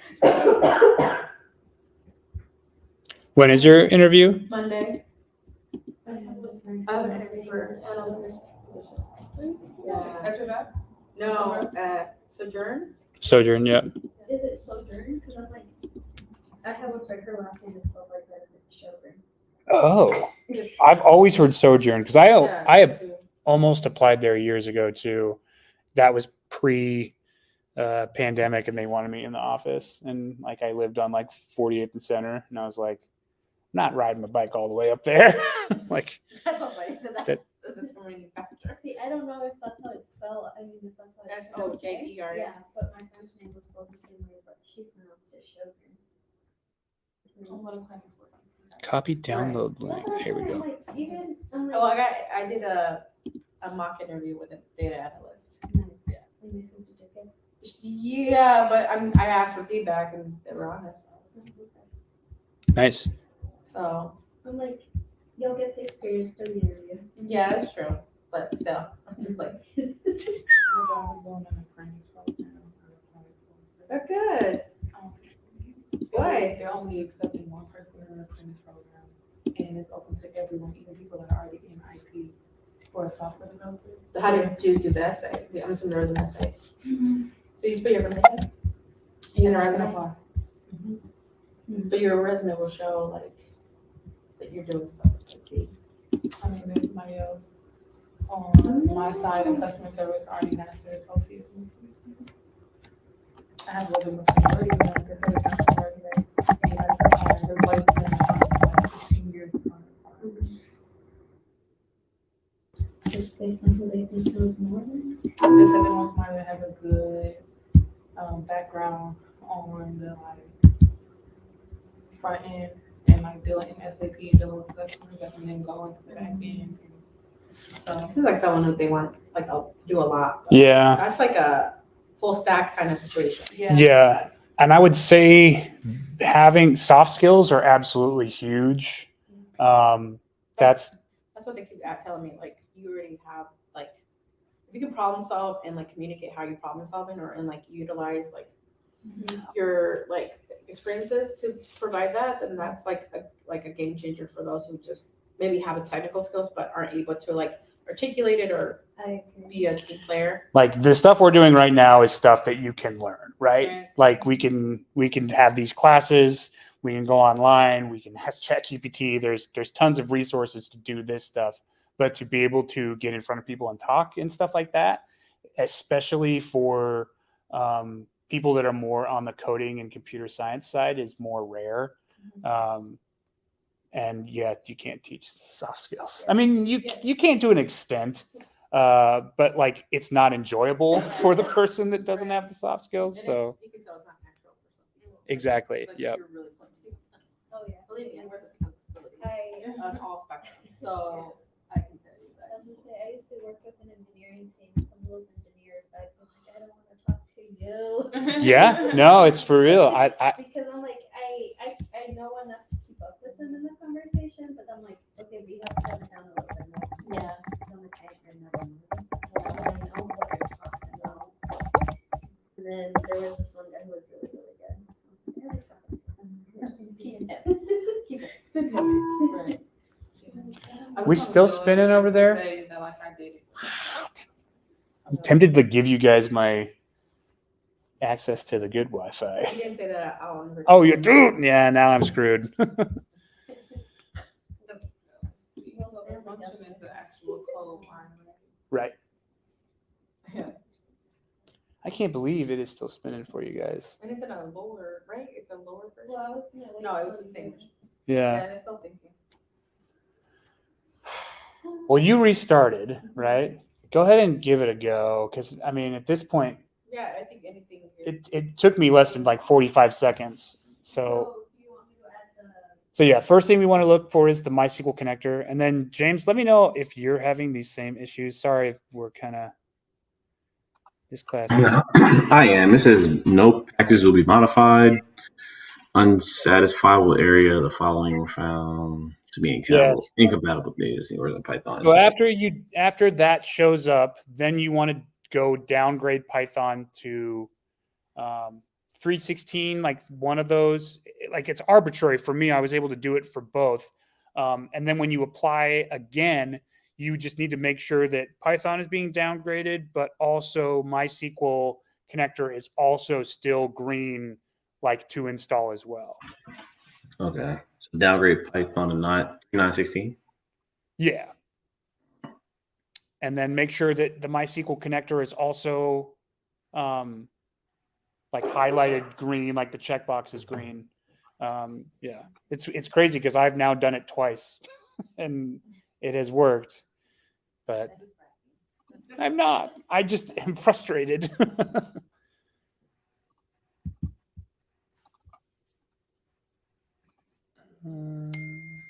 Whoop. Yeah, this is. I might for the sake of just showing you guys how this works, I might move on and we can just see if that stuff finishes up. And then I just don't understand why it would be doing this. I think that's fine, because we can figure out, you know. Okay, let me finish downloading these and I'll put them in Slack. And then, Yeah. Oh, no, I'm talking about this application. When I press the shift enter, shift install, yeah, so that's not going to work. it's not gonna work. No, Oh. that one, yeah. What does it say? Does it get mad? Oh, that's fine. Oh, it's trying to, but it's probably going to get mad. No, you may need to restart. Oh, it did install for you. Yeah, you're good. So it install? Yep. If you don't see anything with red, like the error, that means it didn't work. In this case, it did work. Okay. Yeah. And then this is what it's called, geocoder, right? Yep. So if you wanted to use geocoder now, you would do import geocoder as GC or whatever you want to alias it as. And then you can, when you call GC dot, you can see all the things that it can do. And GC. And then I saw for your other one, Minute. No. yeah, so watch your caps. You're going to want to be lowercase for everything. Yeah, like virtual person side, you know, they're like, FYI. And then I think I it looked might now. error I was so excited. because if we look at the bottom, it says you might need to restart the kernel. But try and run this. Let's see what happens. Let's see how Oh, it worked. And then I can say, I can put an extra one down here. So basically looks like what you're right at. Yeah, you don't need the apostrophes. I just feel No. like what's my favorite graph on top of? So do And length then and then I'm just like, put oh, one in there. So I gave it right answer. Yeah, and then just run Oh, is it. that So what it should just say one. Yeah, the one. Okay. I have my notes. There. So put like between two square brackets, put like 1, 2. And that's, you're essentially saying you're looking at a list. So length, parentheses. So you're still gonna want to do the parentheses around the brackets. Mine was too. So that, Yeah, that's actually. This yeah, one. try that. This one right So that's telling you how many objects are in the list that you just created. Okay. So if you put like 1, 2, 3, 4, 5, 6, 7, 8, it would count all the different objects. Or if you just put like 1, 1, 1, 1, 1, 1, 1, 1, it would count how many observations there were. So there's, you know how in SQL you put star for everything, everything, Python again? Well, we don't really, you need to, you kind of put the cart before the horse there because we don't- Or is it the head that we could do? head will show you a little bit. Like that, and that head or something like that. so- You see the first 10. Yeah, and then if you just didn't even put head, if we had a data set called df and you did df.head, we would see those first 5. And if you just did like df, then it would show you that's more of like the select. It'll show you the first 5 and the last 5 or something like that. Like, you know, like, what you, how would I ask you to do? You're doing too And I much. looked at my. But no, this is what the scavenger hunt's supposed to do. It's like, okay, we did something now. How does it actually do stuff? It's remote. Oh, no, but that's my phone. I put I it really want. Like, I'm like, So that's the one I- you haven't specified any data yet. We need to actually like do like a read.csv. So there is a read.csv one down there that you can get to and start to mess around. Yeah, with it's this stuff. one right here. No, I would. Where, okay, so DF equals that one that I was doing. Yeah, and then if you look at some of the stuff, there's some links that will give you some data, like the iris data, and you could do read.csv and a link to that. The currently So like, I'm just like. library, because you gave us a whole list and I'm probably going, right? Yep. It was remote, not out of public, but I lost it because I closed all my tabs. Well, remember GC was geocoder, right? Yeah, that's what we did, right? Well, yeah, but geocoder is using pandas. Oh, because I thought when I put import geocoder as GC, I would have to. So this one I just. So you're Right, I need to get you're that. calling a different library. You're calling So. geocoder does something different than pandas does. Pandas is the one that will do actual data frame manipulation. So you'll want to do another, like, that's why, I'm gonna do another import. yep, SP. And so when we want to call pandas, we say PD dot something. When we want to call geocoder, we do GC dot something. But what I want to do by reading everything, I need to go to Pandas. Pandas, precisely. This gonna make sense. For sure. And you're asking the right questions. And that's very important. Because that's, again, if you're asking the right questions, then you can go to Google or ChatGPT and you'll get the right answers. Okay. I'm going to show you what we were supposed to do, but we can't do. So assuming we get that stuff working, actually, let me try something real quick. Try one more thing and then we will be done. And then I'll move on with this stuff. Okay. So normally I would say SQL plus Pandas is great, but unfortunately we can't get our connector to work at the moment. But assuming that you could, there are different types of SQL backends. Did you guys talk about that at all in your SQL class? There's like Postgres, there's MySQL, there's Microsoft SQL Server. Did you guys talk about any of that stuff? I remember hearing these terms. Okay. So when you get to a place that has a database, they're going to tell you like, oh, we're using Microsoft SQL Server or we're using Postgres or something like that. So what we did when we installed that MySQL connector is we essentially put a SQL driver that specifically talks to pandas. And so these drivers are what sort of does the communication between SQL and Python. So in this case, we have a MySQL driver that we're using. But again, if you are working at a place that has Microsoft SQL Server 2017, you might import a different package and specify that driver differently. One can't go without the other, right? Or like, well, I guess Pandas could go by itself, but like Yes. the connector needs to match up with the actual SQL database. And that makes sense, right? That does make sense. It's apples and oranges. Like if you're trying to do MySQL with, Microsoft SQL Server, it's like, yeah, they're both fruits, but like they're completely written by different people and maintained by different people. So in this case, I've just imported, I'm lazy. I didn't even alias it. I just imported MySQL.connector. Then I imported pandas like we do. And then James, but I still get this. Oh no, James, no. James is getting the same error as you guys. So apparently I'm worthless. I have a way to troubleshoot this after we get through this. I'm going to try that and then we'll kind of move on to some other stuff. So the first thing that you want to do with kind of setting up your configurations, and this is all stuff that you're going to probably get from the database administrator, right? You're going to go to them and say, yo, I want to connect to the SQL DB with Python because I want to do some queries and do some analysis. And they're going to say, okay, here's the host.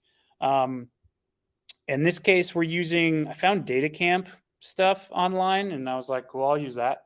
So this is a public host. It's very tiny. There's just 3 tables in this database, but we're going to go through them. They'll probably specify a port to you, although I think 3306 is like pretty common for SQL connectors. And so then this is where it gets kind of weird. Like writing out your password is not a very good idea. So there's some different ways that you can like put that in as a secret and reference it and never actually type it verbatim.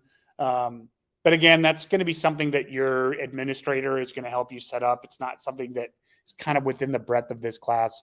So yeah, assume we've got something, we've got user and password, and we've put this between squiggly brackets. And so this is what's called a dictionary, which we talked a little bit about. And the dictionary means that we have a key and a value. So our key is host, our value is this big long URL. Our key is port, our value is 3306. If you guys have ever heard or looked at JSON formatting, this should look very similar.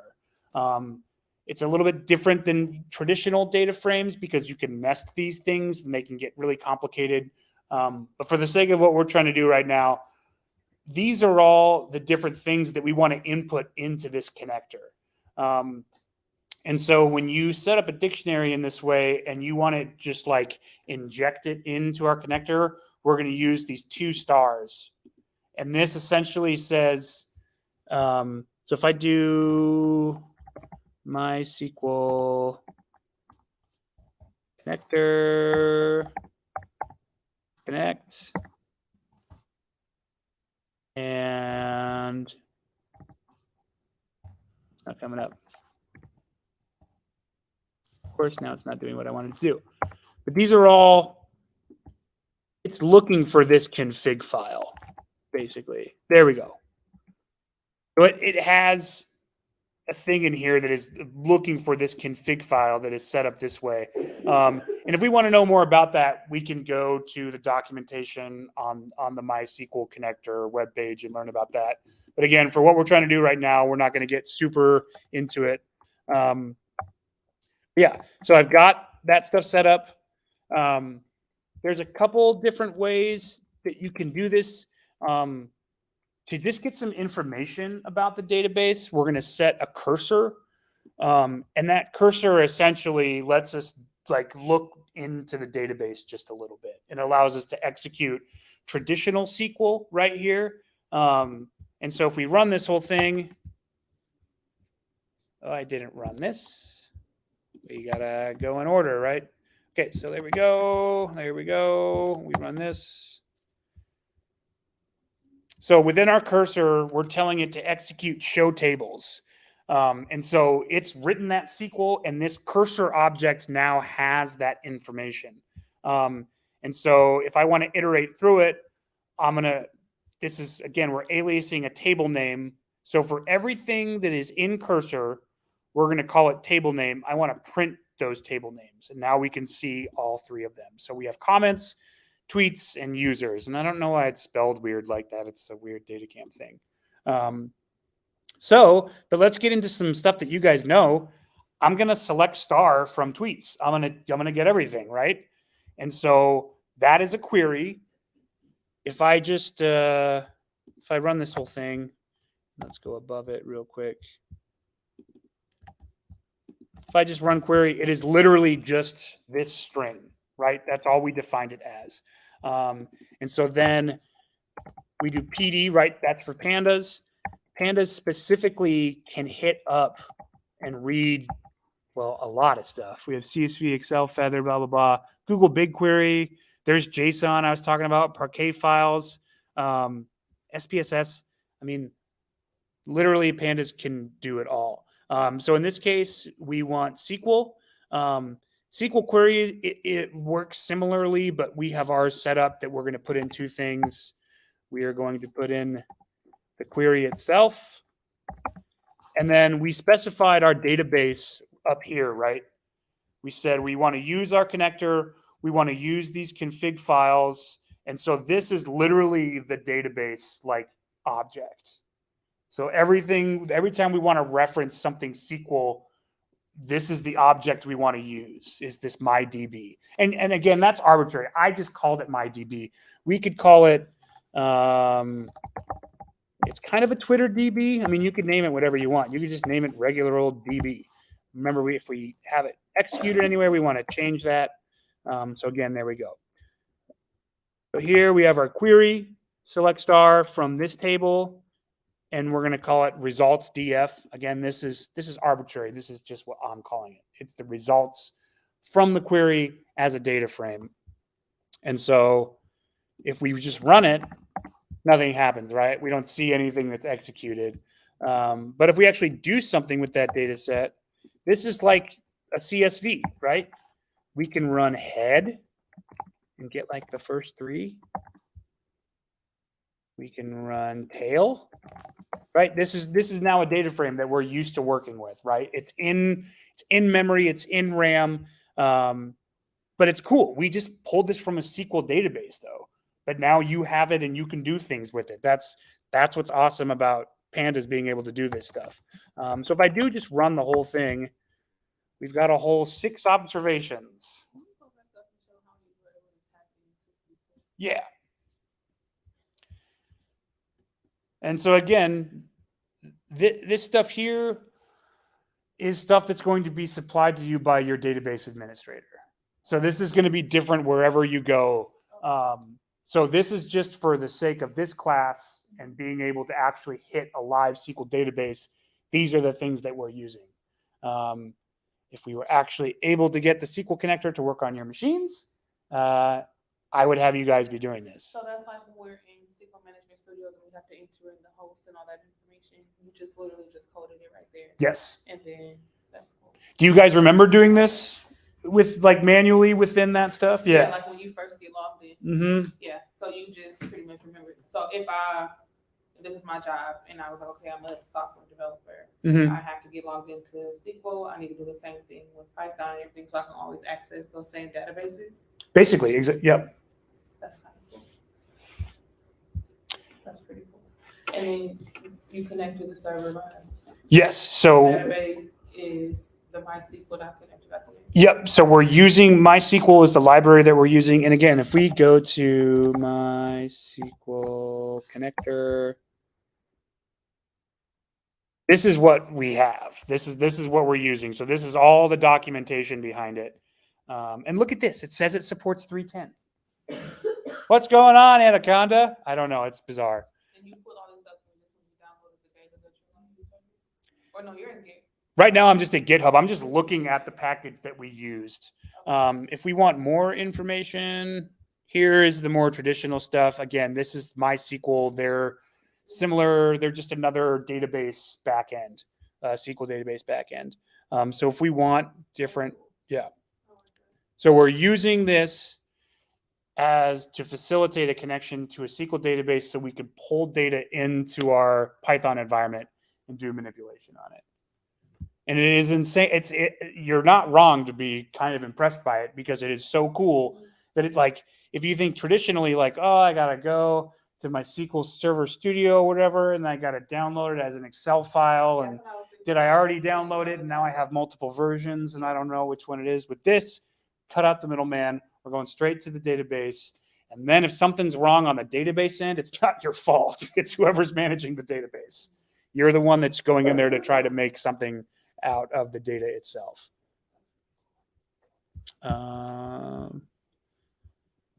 So I believe this is us. Yeah. So here we go. So yeah, I mean, I really wish that you guys could do this. I'm going to try. So yeah, at this point, I would have you guys be making different data frames and whatnot. So I'm just going to do that, and we're going to kind of theorize the different ways we could maybe merge these things together. So we know these are our, pull this down here real quick, above. So these are our, hey, what's going on? All above. Did I close it?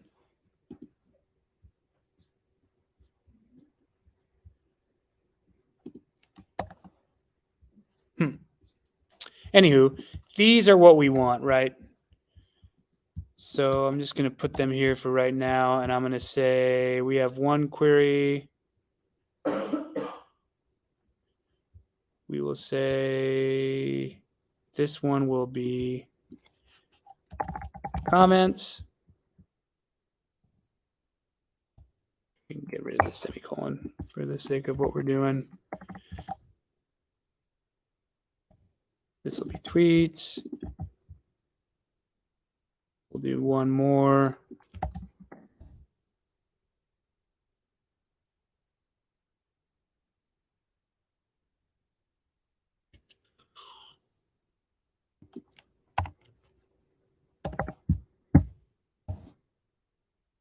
So now we have all of these things. So let's look at comments. Ooh. So we have these different things. Now we're learning about the database itself, right? We have a column called ID. We have a column called tweet ID. We have a column called user ID. And then we have the actual message. Looks like it's pretty good. Yuck. I like that one. Not my thing. So yeah, that's the comments. So if we look at users, so here we have ID, which I would assume is user ID. 1, 2, 3, 4, 5, 6, 7. And so the first thing I'm noticing here is that this user ID, these have decimals. So that looks like a float to me. So let's look at comments, data types. User ID is a float. If we look at user data types, ID is int64. They're also named differently, but I would assume that would be our join, right? If we want to know the user ID, we would use the user database and join those two things. But we can see that they're different types. So there might be, now we're sort of understanding like, okay, I got some things ahead of me. I got some work I got to do on these data sets to join these up. But could we write a query? Let's see if we can do query equals, and I'll try and make this, see if this works. Oh no, I think, so yeah, when you want to do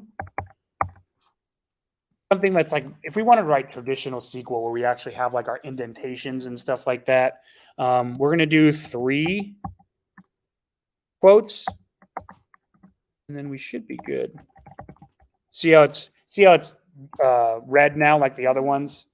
So if we do select, let's go with, I'm going to call it user ID, or let's go with name first. Hold on. No, we'll just do.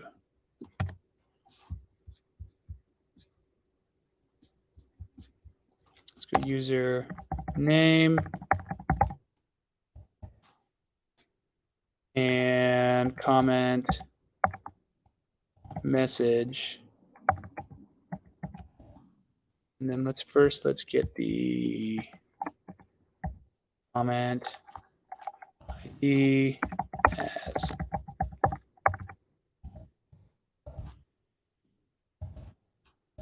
name. But it's exciting watching me write SQL, huh? As message from comment. That's about right. C left join user. Is it users? It's users. U on C user ID equals U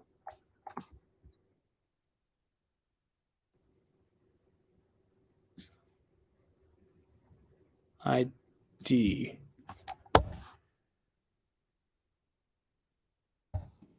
Okay. See if my terrible SQL works. Oh boy, tweet comments does not exist.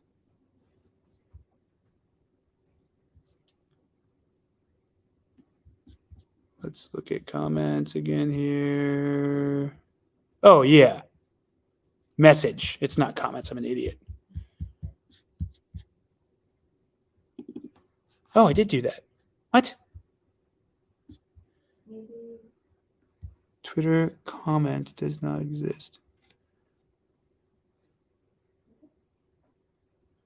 Oh, do I have to alias all these? Oh, comments. There it is.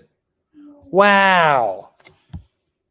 So, but that just sort of illustrates that we can write SQL in this if we want to, and run that as a query and get it. And now we've got a better data set. We know that Elizabeth really liked this. Fabulous. Couldn't be better. Wow, saved my day. Thea, not impressed. Me. and it's not my thing. Obviously, I was terrible at writing that SQL.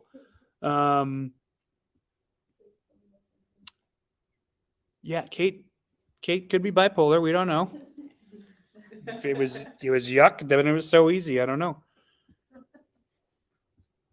So the other thing is, like, when we are done with this stuff, this connection is like live. Like, this thing is like looking at this database right now. I'm legitimately hitting the data camp. What I don't know how this is a virtual DB or whatnot, but we do want to close it when we're done. So technically, I have my DB open right now, and I think I have just regular old DB. So if I do that, yeah. So I want to close both those. And again, this might drive you nuts. We just closed those, and we ran that chunk, and we didn't see anything, right? It's like you were talking about in the last class. You were like, I'm running things, and nothing is happening. And I'm like, it is happening. I had to like put a Print. I don't know if you saw that on my homework. I just kept Yep. in order for me to be like, yes, it's, you know. And that's great. Okay. So we've went through this. Now I am going to make a new environment, and I'm going to try and pip install this and see if it works. Create a new environment. Python 1013. Let's go 310. Screw it. I'm crazy.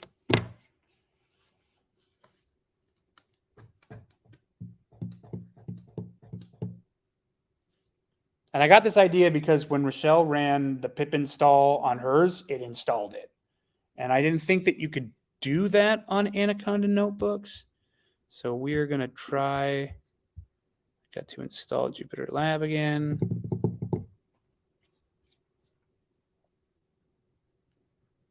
Mine's on there. Yep. Yeah. So you're saying, you mean like for?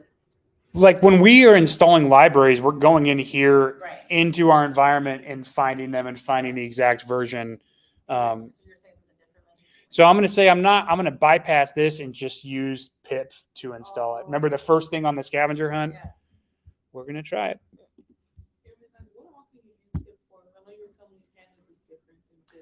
Right. So pip is something that is used outside of Python as well to install packages even at the command line. Like maybe you'll install, like that's what I did a lot of the auto GPT installation stuff. I used pip to install a lot of that. And I did that from the command line. It installed some Python stuff, but I was very separate from that installation side of things. Okay. So this looks like everything I'm doing right now. New notebook.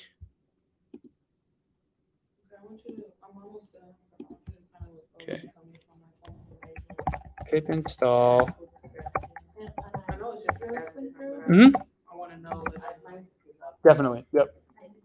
like I was able to like pull up the code and manipulate what I want to say. I used like you and Anna in one of my codes. Perfect.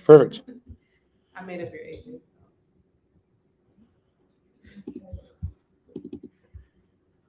you want us to follow? I'm gonna see if it works. Don't, and just in case I royally mess things up, maybe don't follow me. Just yeah. Where's my at here? Localhost. Yeah, pip install. Okay.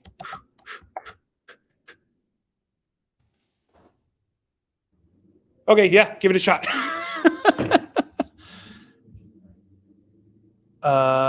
Really? Did it really work? I mean, it says that it did. So I'm going to do restart kernel. That's fine.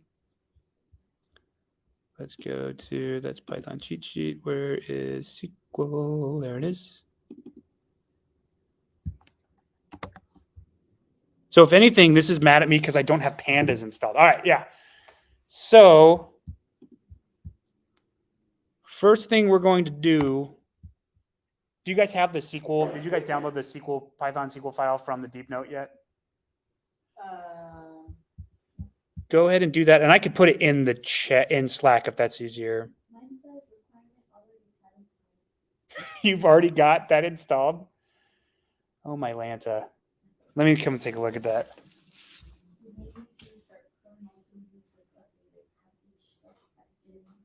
Yeah, so you got the new one. So it did work. It is working. So yeah, don't restart this. Restart the kernel. So go to kernel next to run and just restart. And then go ahead and open up. Almost So you're wanting us to. Yep. I'll put this in the chat.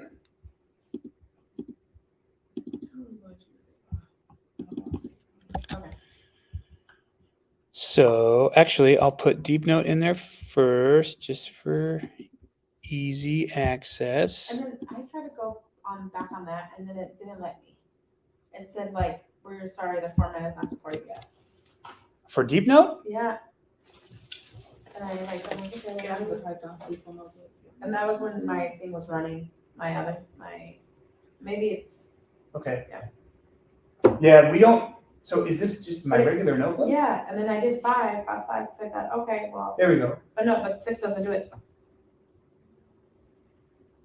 Yeah. Do I maybe because do I have something open?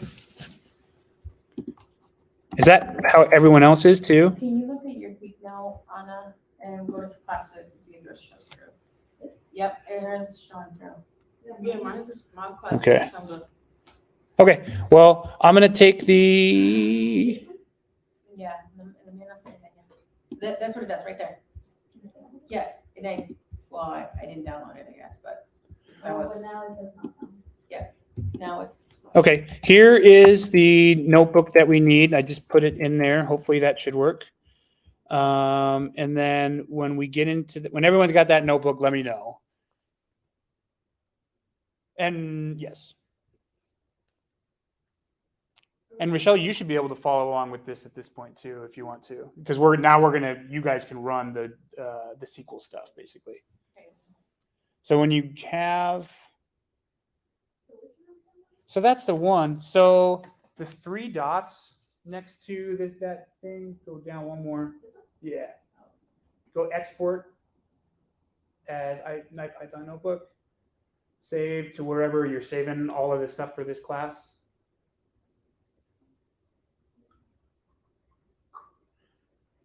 Is that still not working for you? Yeah. It would. Yep. So then, This yep. right here, I thought that. Yep. And then yeah, save. Put right? that. Put that wherever you guys are putting everything.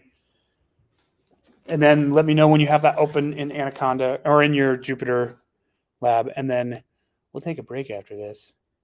Oh yeah. And then I'll make sure that all the DB stuff is working for you guys. So yeah. So for instance, mine is already, I'll make a new folder just so Python 101, let's make a new folder called Python 101 2.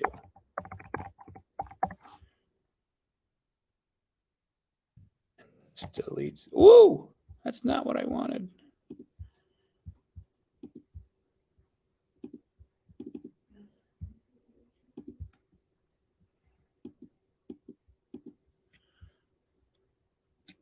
So if the connector works, we should be able to run these, right? Yeah. So here, I'll try and replicate what you guys are going through right now. So we go to Deep Note, right? And we're on this SQL notebook. And so, yeah, we could see like, okay, this is cool, whatever. And you want to actually use this stuff. So we do the export as IPython notebook. It downloads someplace. So then I'm going to go back to my Jupyter lab. And I'm going to find, for me, I'm just going to pull this straight in here and I'm going to drop it into the folder that I want it. So now I've got it in here. The first thing we're going to do is we're not going to run this. We are going to insert something above it. So for me, if I hit escape and hit A, it's going to make something above it. You can also do like insert, or it has like the little things that you can press to do that too. So when I got this here, then I am going to run back to my notebook real quick. I'll put this in Slack.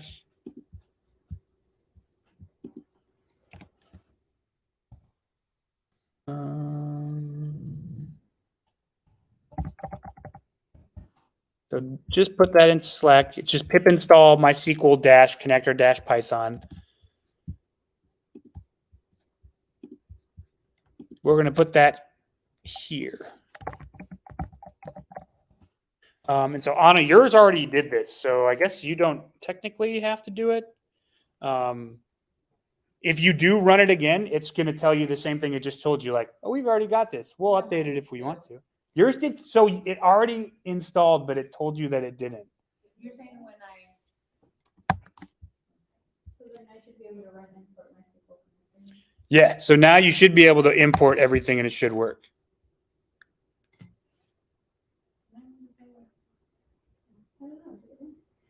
If you didn't get an error, then it works.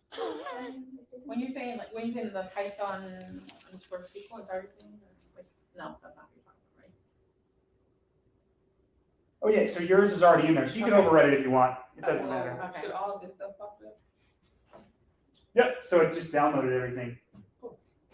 So go to the bottom and it might have you.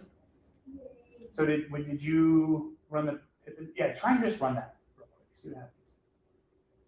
So, okay, so we do need to do the pip install. So click the tab above. Yep. Yep. Oh, it went below. Other way, sorry. Get it into the other. Yeah, I know. I think it's tricky. There you go. So now we want to do pip install. So Anna, I heard clapping. I assume it worked. I think so, because it ran. So that's the config. Run the next one. The next one is the actual connection. Why is yours so short? Mine is like ridiculous. It won. So you just connected to a SQL DB. Why did mine pull up all these different ones? So it's just telling you that it's downloading. I don't know why yours did that. So try and run this chunk, see what happens. Yeah, and if it gets mad at you, we'll restart it. Which one does it say you don't have? No module for pandas. Oh, we didn't install it yet. So go to your Anaconda and then go to environments. And then you're on Python 101. So then go to, instead of installed, go to not installed. And then over here, type in pandas. And then let's try and find it. Yeah, you see it. 2 clicks way down. Click that, and then apply. You know what? Run this one versus let's screw the seals. Mine's Try still, again. Yeah, no, try I think mine's again. still downloading the SQL. There we go. Okay, yeah. And how do you know when yours went through? Mine's still taking, right? Nope, it's good. How do you know? Because it's There's no downloading. red. Okay, because I'm looking at this downloading, and that's where I'm in my head. Sure, but look how the download bar is all black. It would be like dotted. Oh, okay. Yeah, and so it may have downloaded so quick that you didn't see it actually move. And so that is trying, and you're good. Yeah, then. You saw the asterisk and then it stopped. So run like the next couple chunks. What does yours say? What does that red say? Something about SQL Alchemy. And does only support SQL Alchemy connectable or database string URI. But it still ran. Yeah. Let's see if other people getting that too. So it's saying you need SQL Alchemy. Well, It says Yeah. please consider using it at the very end. yeah, let me see if mine already has that, and that's why I'm not getting it. And then also, James, were you able to do the pip install on here and get things to work? Yes, sir. Excellent. Cool. And you were able to execute the DB config files and actually get data back from that SQL database? Mm-hmm. Awesome. Did you get the weird red SQL Alchemy message as well? Mm-mm. Okay. Yours maybe already has it. So yeah, if we want to, we can go to our environments. SQL Alchemy is really sick, actually. It's what sort of like it's what allows pandas to do a lot of this stuff well. But yeah, I don't have it installed, but I'm going to install it too. So yeah, whatever your environment on, let's try and install that. Yep. So mine wants a few more. If you guys get crazy spinny wheels of death again and it's not doing it, we'll do a pip install instead. Looks like mine is done. Okay, mine's just installed. So now I'll just do the run everything above, right? Yep. Are you gonna? No, I'm just gonna go into it and download it. Yep. So no error. So you're Oh, good. no. So run this chunk and the next chunk, and let's see what happens. I know, it seems like. So config is simpler good, and then run that thing one, to do, right? and then let's see. Oh, yep, you already got it. And then run the next one, and you should get data. Oh, but I forget that it takes a while, right? And you got this one, thing that they're might getting not to. take too long. So yeah, this is just a warning saying And like- SQL Alchemy is really cool. You should How consider many bars using do it. you have, like on your So internet? you- Please consider Yeah. So if you want to, they're trying to. Top, I You don't know. guys just getting spinnies. 2, well, 3. Hey, it worked. Mine worked. Huzzah! She just downloaded SQL Alchemy? Yep. Okay. So go back here. Yeah, you can if you want to. And then go to environment. Yep. And then go to not install. That's right. Yep. No, I'm just trying to think of like the next couple classes, what this is gonna look like What do you mean? Just with the internet. having all these issues in here. Because the internet. SQL Alchemy. The turtles. Okay. Well, hopefully this is the class that will utilize the most internet, hopefully.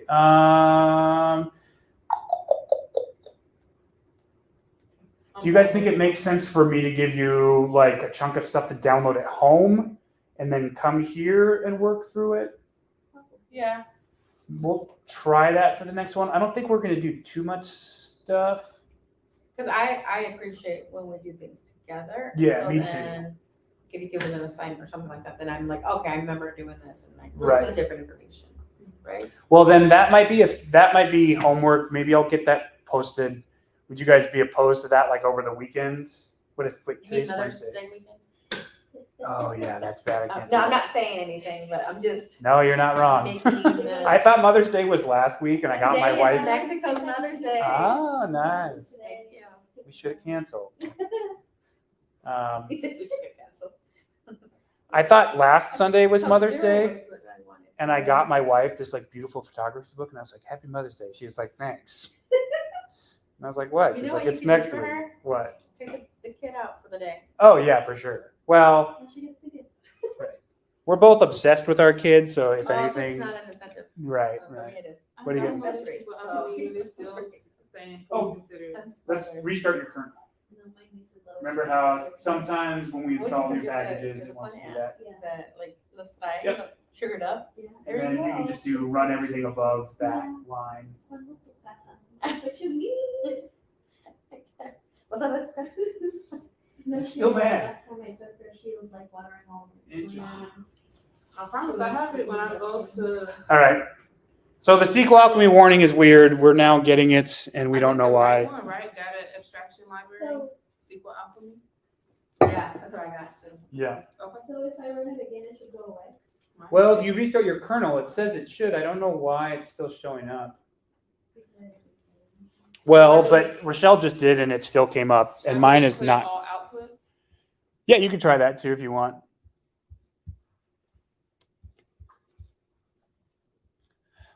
We might just have to deal with that. Again, it's more of a message or a warning. It's not an error. Like everything is still executing. We're seeing data come through.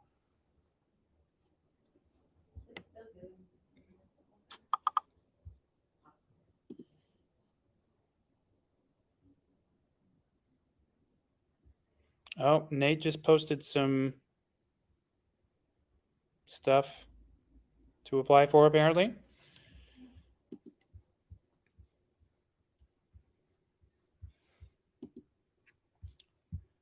Okay, so even though we're getting those weird messages, and I'm not for some reason, I don't know why, we should still be able to do all this stuff. You should still be able to kind of explore these different data sets. I'm not going to ask you to write any SQL. I kind of just did that for fun to just show that you can do that. But you guys do know SQL, so that shouldn't be a terribly daunting a task, you know.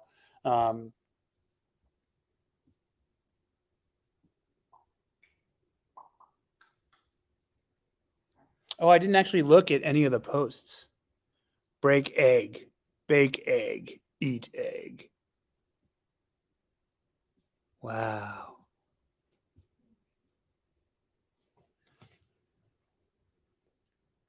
So I am going to, let's see here. So yeah, feel free to play around kind of how I did, like take some of these table names, read them in as different objects. And then we can do like the different things, describe, and I mean, heck, we could install Pandas Profiler and run that on some of these things. It's not going to be very interesting because we have very few actual observations, but that's definitely something we could do.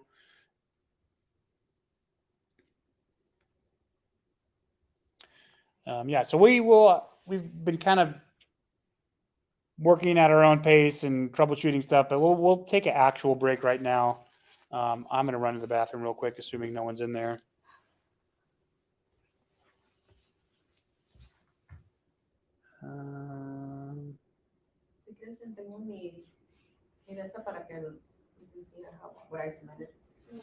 So on the scavenger hunt, when you're saying like a function to apply a custom function, do you want to just put like apply in there, or do you want to write the actual function?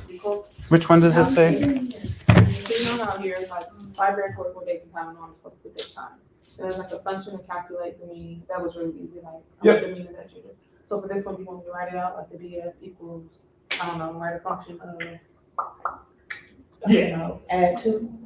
Yeah. So like write it all out. we did some of, like, there's some of the cheat sheet stuff that does this that will like, I think in the Iris one, I iterated through every single column and I randomly removed stuff so it made the data dirty. That's sort of like, that is a function that did something like that.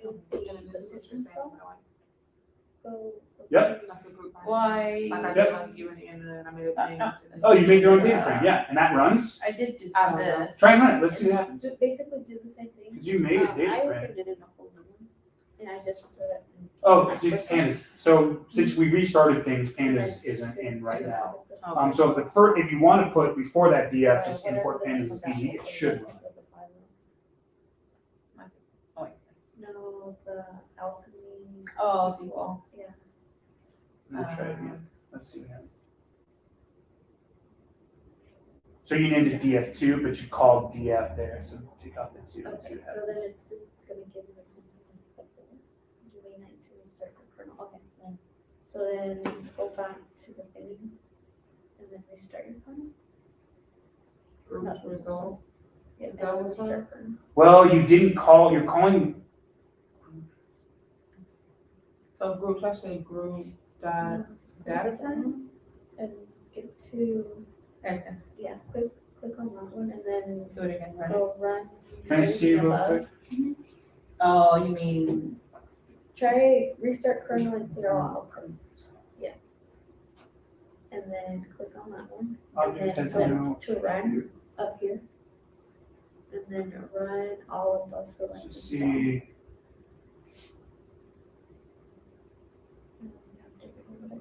yeah, no, it hasn't. does it just not have But yeah, anything okay, to so print? now it ran all of those, so now shift enter on that one. Data frame group by has no entry is solved. So now it ran. Now it ran. So tab, But this is not like an error, it's a No, it's just- warning. right? Yeah, Is that it's what just said? the weird, because I think it says something about the alchemy again. Yeah.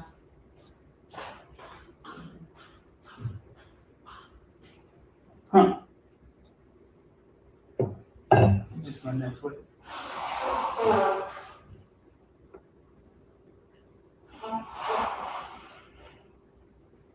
So typically, when you group by something, you want to like sum something else. Like, so if you're grouping by gender, then you might want the like mean of the average age, right? So in this case, we've grouped by something, but then we stopped. So Like, it's sort of like, you guys go into a group, but we're not going to do anything with you. That's Oh, okay, so it doesn't really make sense. So like, why? right. So if you did do group by and then sum and got like the average age or something like that, then that's a result, So right? if I did result equals group dot mean, or So in this case, we group by gender. I think you would do like mean of age, maybe. I had a question about group by, but I'll let you go the rest of Okay, yeah, I was just gonna say I gotta go. Sorry. That's right. Oh, mean by age. This is what I'm doing. I'm on my Tableau.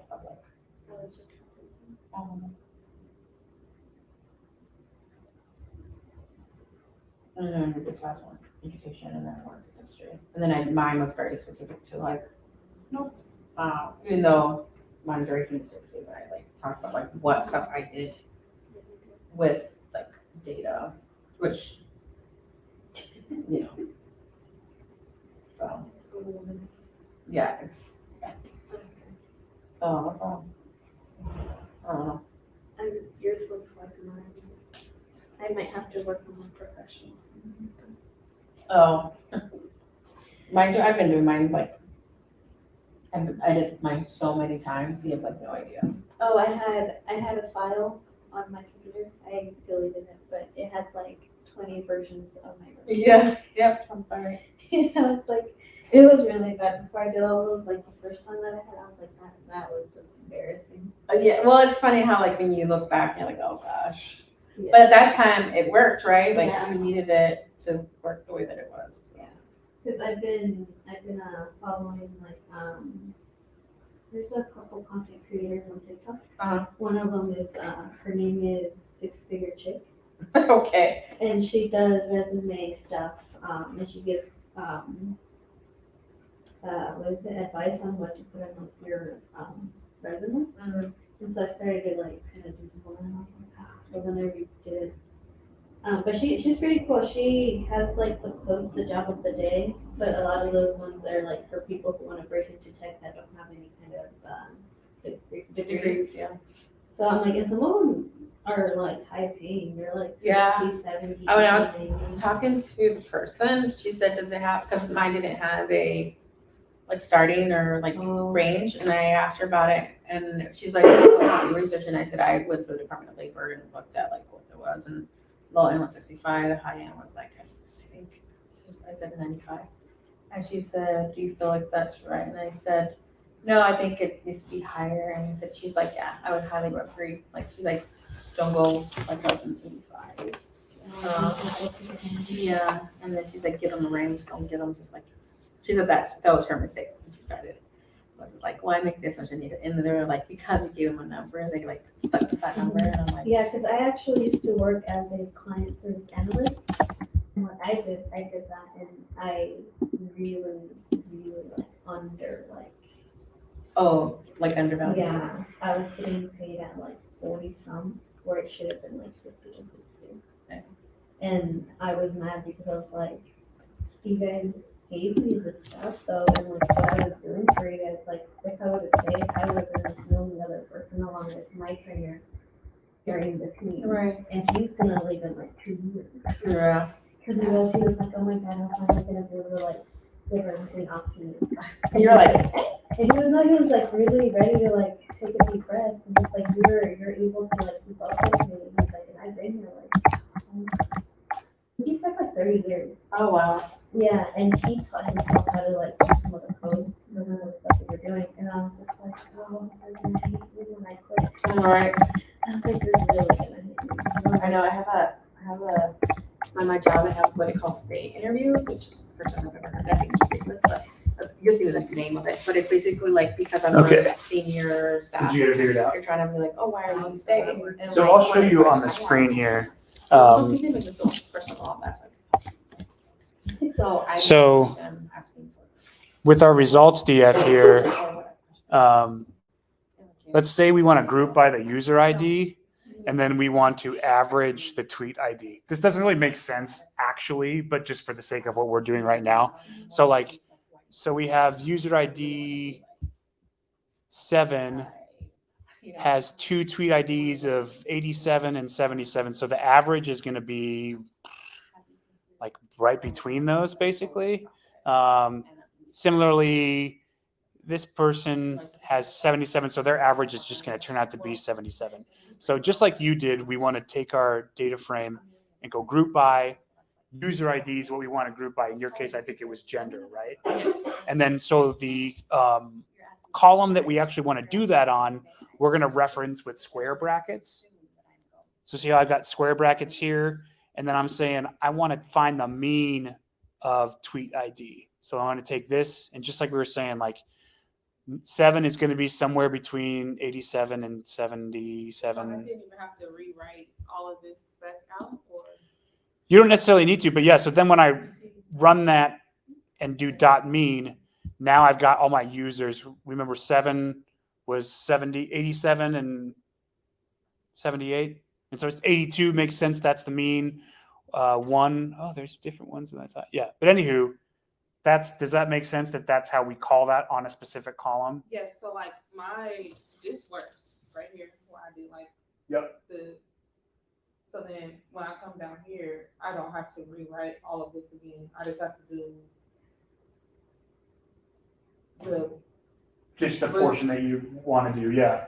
So, and that's, it's tough to grasp sometimes, but remember all of these notebooks run, we want them to run sequentially. We want them to run from top to bottom, but especially with homework, sometimes you're jumping around, right? Mm-hmm. Oh, I've got to go back to number 7 to do this. Oh, I've got to go down to number 13. So now things are a little discombobulated. So remember to always run from the top down. And if you get an error, go fix that error, run it again. That's actually called debugging. And that's like a common practice that I still do daily when it comes to like writing code. Is it okay? Is it because I didn't do the double quotes? No. So show me where your results DF is. So results is just the name. So it's not even a DF. So you don't need that DF, I don't think. Right? Delete. So up here, results is because this is what you're trying to use, right? Right. So this is just called result, right? Okay, so I have to do there's no DF, yeah. And then there's not even an S, right? It's just result. Result, yeah. I just made it result. Okay. I'm not trying to run that. Oh. There we go. So yeah, it just comes down to like making sure you're naming things right and that you're just consistent with that stuff. And again, this is the first time you guys are having to like sort of mentally keep track of all these things, right? So it is daunting. Like I don't like think any less or anything. Like I realize that it takes a minute for your brain to be like, oh yeah. Yeah, because I was just silly. I just the mean of a ginger, like what are you talking about? Well, it sounds like it's clicking at least. Like if you've made some mistakes, but you look at it, you're like, oh yeah, that doesn't matter. Why would I even do that? So that's very important.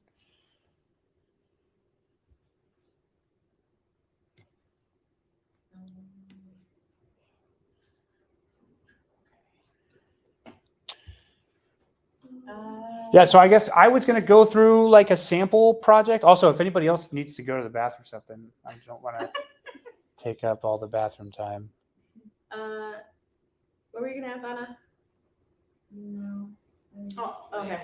Go ahead. What were you saying? Well, I was going to say the next thing I had sort of lined up was sort of just like from scratch, putting together sort of my expectations for the final project. I can save that for next week. If you guys would rather talk about the homework or more of the SQL stuff, like what do you guys want to do? James, you as well. I still want to talk about the group by.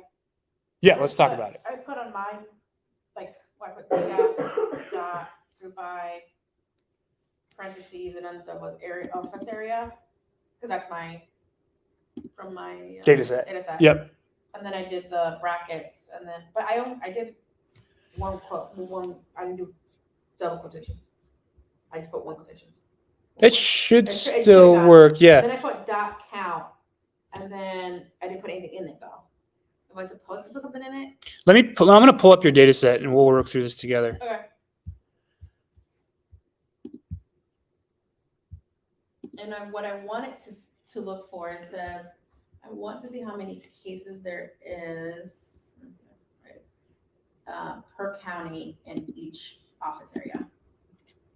That's what I mean, That makes sense. documented. I think I know. I think I can kind of visualize it. And I think I have a pretty good idea. Okay. Getting to where I messed up. No, I think there's some weird syntax that can get a little tricky. Okay. So I'll just make a new doc. Oops. I'm literally going to do that first. So perfect timing. Yeah. Because I made a data frame beneath that, and I don't know how to make it make sense to read it. Sure. So I'm going to import pandas. Run that. And so then I'm going to do my df is pd read CSV. And so now we want to know, can it actually find it? I was IA. Close cases? Uh, So this is another really cool thing. oh yeah, so sorry, it's close. Yep. IA. So I put your data set just right in my folder. Okay. So if you don't want to write all that out, if you just do some quotes in here and hit tab, And that's what I did actually. you're going to see a bunch of stuff. But if you look, there's the CSV. So this is just going through everything that's in that folder. Because we can see I have an untitled, I have an untitled Python notebook. We see that right here. I mean, I can't read that in as a CSV, but that is really easy, right? So Rochelle, to your case, when you're trying to use something to read .csv, that's, in this case, I have one in my folder that I've found. But if you go through some of the cheat sheets and stuff that I've done, I have links to GitHub CSVs that are not local on your computer, and we pull those down. So that also works for this stuff. Allow me to. I'm trying to see if I'm gonna say allow me to pull this down. Well, yeah, I mean, that's a notebook, right? Okay, so let me take a look at this real quick. I haven't looked at this data. So you want to go by office area and count what? I throw. Let me read it. Then. Yep.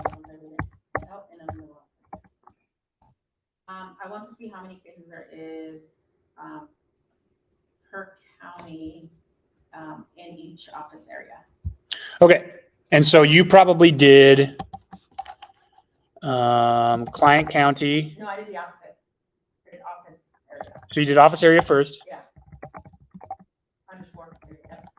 And then you did comma client. No, I did close parentheses and then I did brackets. Right. So you did bracket office area.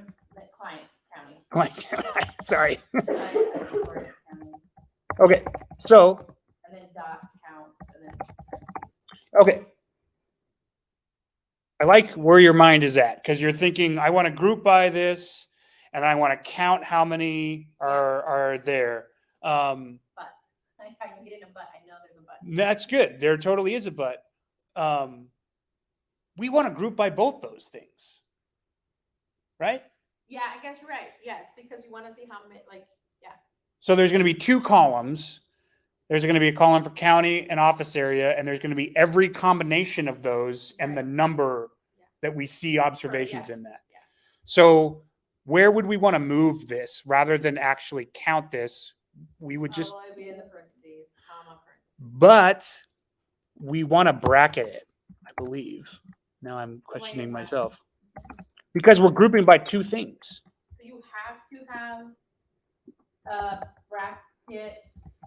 I mean, because I want to say, what's the other one that it was already? Mine is still giving me an error. I just downloaded a CSV and it's still giving me an error. Okay, I'll come take a look in just a second. Okay, so yes, this is exactly. Oh my goodness, this looks sexy. Sorry, that's just. So this worked. Here's office area aims. Here's all the things, but it counted all of the. Of everything that's in that column. Right. So I think what we want to do is we want to designate the count column Is that right? No.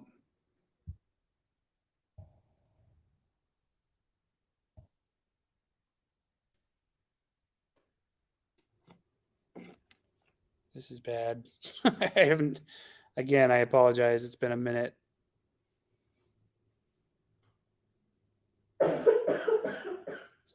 Point.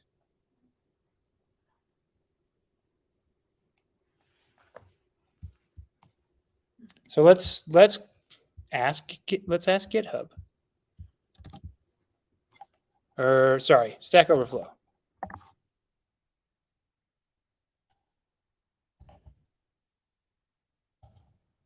Pandas group by count single column. I am not a robot.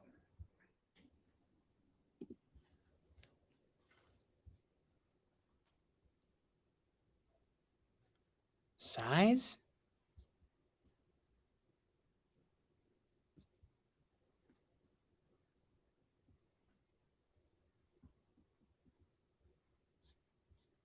Is that really right?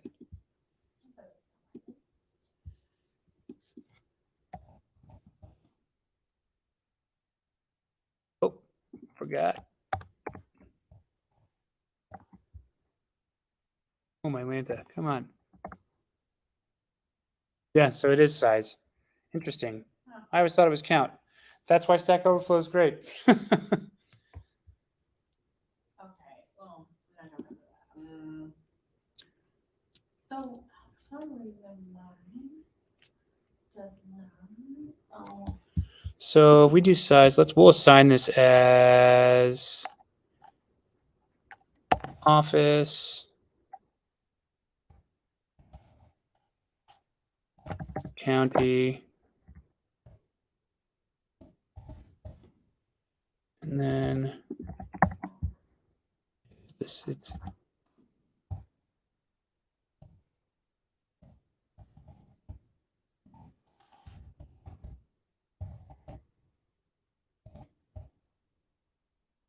there we go. That's a little bit better, but it didn't do it how I typically like it to work.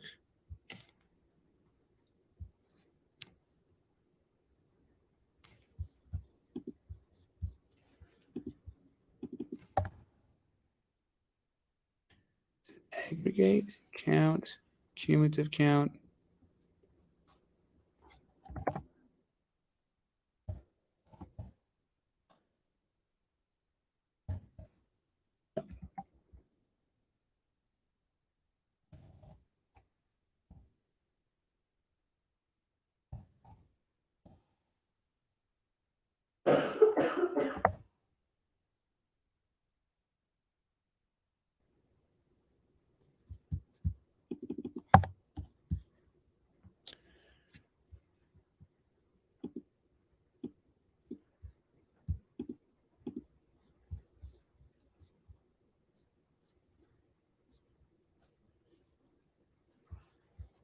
Oh, is it values count?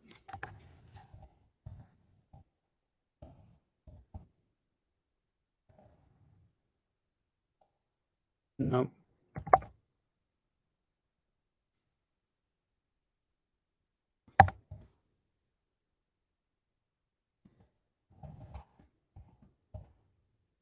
I think I didn't even go through. I think it's because I print the packages.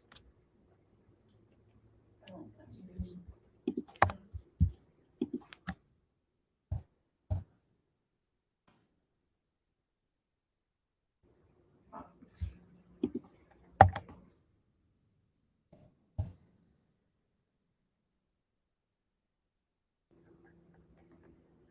Was that too much of a, like, I feel like that was an easy request. Yeah, no, sorry.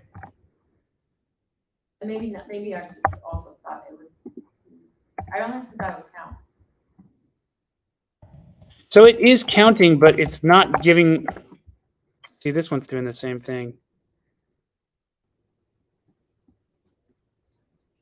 So in this case, if I just take this, what's going on here, right? We have our data frame. I'm not using parentheses, I'm using the square brackets, meaning I want to call something specific. Typically when we do that, we want, like if you look at a lot of stuff, it's only going to give us one thing. So if we do office area, we just get the one, that's all we get, right?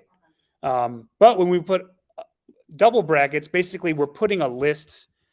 Another way to think about this is these are the columns that we want. If I have this list of them. And so then if I reference that list in here, and then, come on, value counts.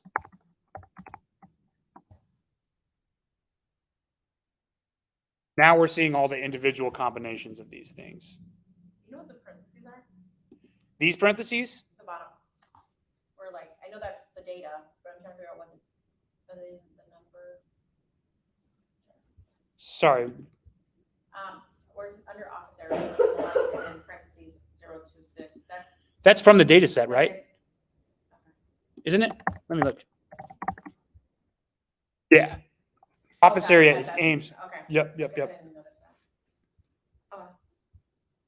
So I'm trying to run it on my end, Mhm. and it doesn't let me, and I think it has to do with the packages that I undid. Remember how, I think that's what it is, right? I think. Scroll down, see what the last one says. Delimiter. Okay, scroll back up. Let me see how it's entered in. I tried to do how you did it, so then I could, because it didn't do it at first, and so I took it. I was like, okay, well, maybe I. Your closed case is capital, I see. Okay. So yeah, delete that out again, and then just humor me real quick and delete everything except for the quotation marks. And now And hit I tab. Oh, yeah. Oh yeah, it's huge. So that's interesting. Okay. Maybe I just. The one that you dropped Yeah, in it was Slack the is the same. one that I Yeah, used. it's the Yeah. same. So run this and just make sure Okay. everything's Right. good. Yeah, there we go. Okay. Thank you. Yeah.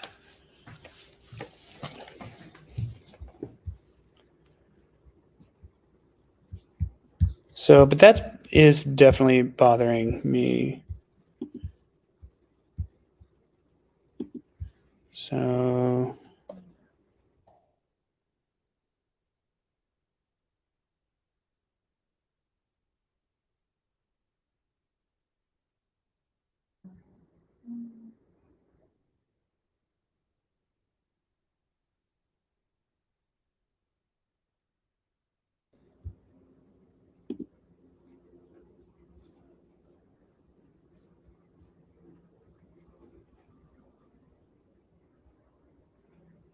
okay.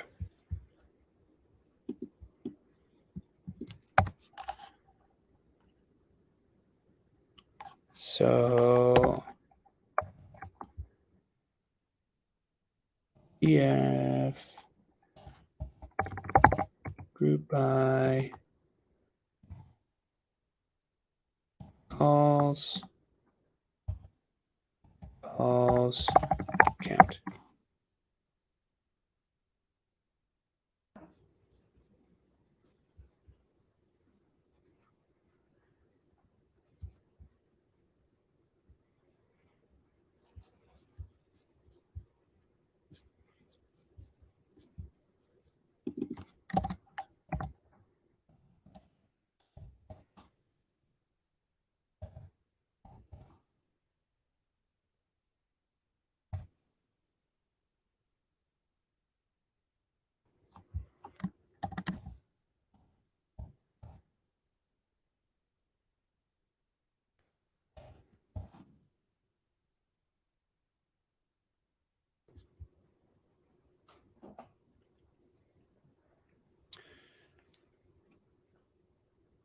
So here's one method, and Brenda, this might make a little more sense.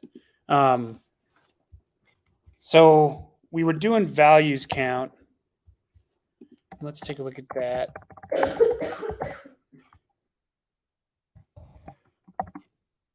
We got, this looks decent, but it's kind of gross. We're not really using group by, so it's sort of like, It's literally just looking at how many different combinations of these things that there are. But with it reference to our data, we have a case ID thing here, which you would sort of think as like a primary key, right? Right. Because each one is unique. Yeah. Right. So when we're doing our group by and we're saying count it, we sort of need to give it a frame of reference to count rather than just saying, so if you don't give it a frame of reference, if you just say group by count, it looks by every single thing. Got it. And so we even see some different, we see meets SD categories has a 0 here and this one has a 1. So we can see that each one is going to give us a different value. So it's looking at everything since we didn't specify anything. So let's specify case year as like that's our sort of granularity that we want to count. So if I put that in here,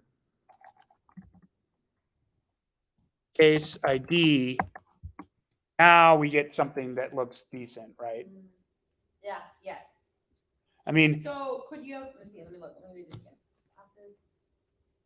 so we could replace the calls. I just did that for the sake of clarity. Yeah. We could do this also, and it's the same exact thing. And so for me, what this starts, I mean, there's quite a lot of data here. Yes, I know. But you are getting closer to like understanding, like, I'd almost switch these. Wait, let me think here. Well, I wanted to, this is what I wanted to know was like, within the, no, I think that's why how I did it, I think, too. Let's see. I'm gonna put office area. If you do client, county, then office area, there's only one office area for the county. For the area, I think the office area is regional or bigger a bigger region of. Yeah.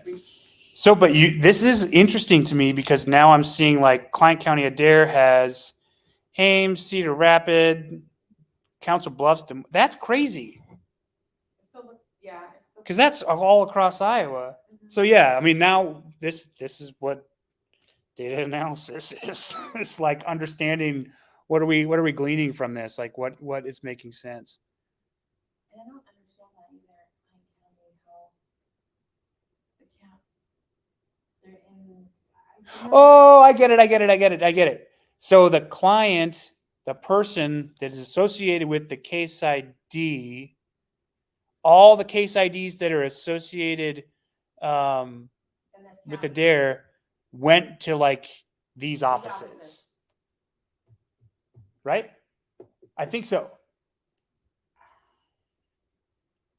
See, it makes sense to me, office area, then county, because I don't know. I guess I don't know. I'll have to look at it. It won't do it for me for some reason.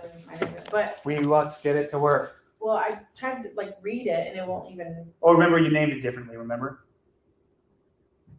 Oh no, did you rename it? I got the one that you were doing. Run that. It said that didn't run? Oh, it just doesn't. Yeah. It doesn't remember. I know. But remember, no news is good news. So if you don't see the error, then it is working. Okay, so I did all of these, but then when I got to the Yeah, just start running each one. But then, which I did, and then I got That's okay. frustrated because when I got to here, So it errors because we need to specify that case ID. Just remember how I have it? I guess here's my question. Mm-hmm. You have brackets and then you have parentheses. Why? Yes. Good question. So parentheses are when we are getting ready to do something with the function. So like pandas, read CSV, parentheses. Now it's like the parentheses are like, all right, give me what you got. Like, give me this. Like it's wanting input. The parentheses mean we want input from you. This is where you tell us what to do. Brackets reference data. Okay. So, and then brackets also are lists, right? What did I do up here? I made a bracketed list called columns.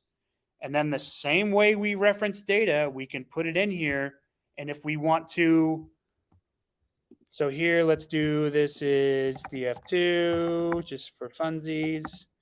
And we've run that. And so now, with respect to calling data, I'm now going to get case ID.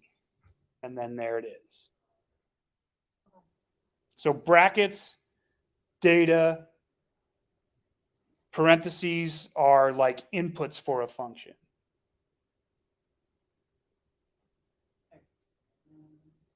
Say that one more time. Brackets equals data, Mm-hmm. and then you're saying parentheses equals function. Inputs for functions, right? Oh. Because here's our read CSV function, parentheses. Read CSV is not going to do anything if you don't tell it what to do. Right. And a lot of these functions are smart where it might ask for like where the data is, like path maybe. So there's tons of stuff. Is it path maybe? Work? No, path is not defined. Anywho, anytime you see something in there with like the equals, comment, compression, converters, these are all things that you could input, but they're not needed. But that just illustrates that within the parentheses, this is where we tell it what we want it to do. And so group by is what? It's a function. You're telling a data frame you want to group by, so the data frame's pulling out its group by function and saying, which columns do you want to group by? And so then you're specifying, and you could do, and that's the other thing is you could do it always with a column. Like you could, don't be afraid of using a lot of square brackets, basically, when we're dealing with data. Let's see. We can figure this out. Where would you think? So I was trying to figure out, like, I was trying to Why figure it out, look different, yeah. maybe? Yeah. And- Are ours in a different order? Yes, ours is in a different order. By office area, mine is Klein County. That's why. So if I change that, or actually, I'll just go back to calls. That's my OG, I think. Ames Adair is your first two? Do they look the Yes. same now? Cool. Yeah. And so what do we learn from that as well is that, I mean, we were just talking about that. The Yeah. order you group by in Well, is find difference and the counts should be the same. It's just organized differently, Yeah. right? And but that organization is useful in a sense, depending upon what we're trying to figure out. Let me see. Let's see. What else do we got here? fun. I think I remember looking at this. This is a great data set. So this is what my agency does, but this is through Iowa. They have better data. Hourly changing. Yeah.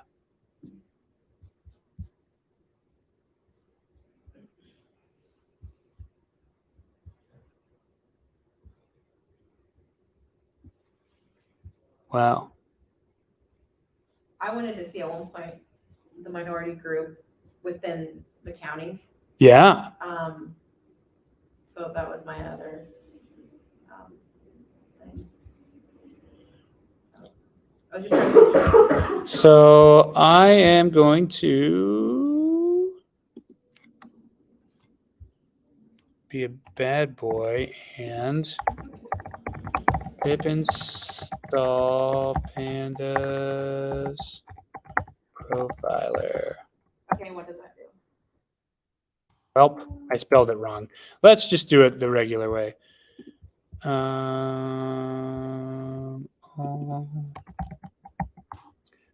profiling. That's right.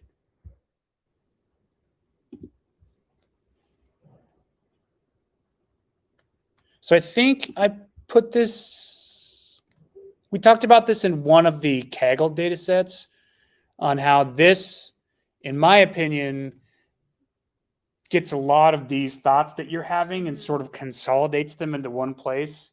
Okay. And then you can start to draw correlations, say, oh, I want to group by minority and non-minority and minority county and things like that. But like, maybe there's like too many counties, and it's like, well, maybe I want to just pick the counties with the most, where the most things happen, and that's the ones I want to look at. Yeah. So let's go back to, come on now. Oh, yeah, I'm not an ARC. There we go.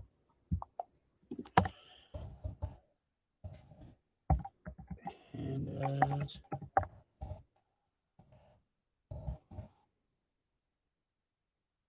gotta restart.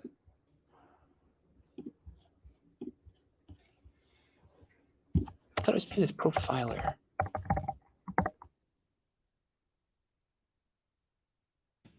What? Well, I mean, some of these, again, I remember, if you guys remember when we tried to do sklearn, but we had to install scikit-learn, but it was still, it's one of those things. And I don't use pandas enough these days. Pandas, profiling.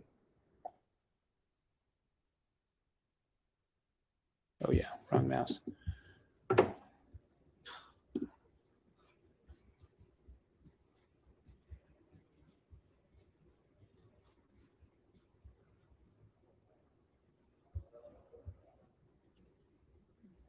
What?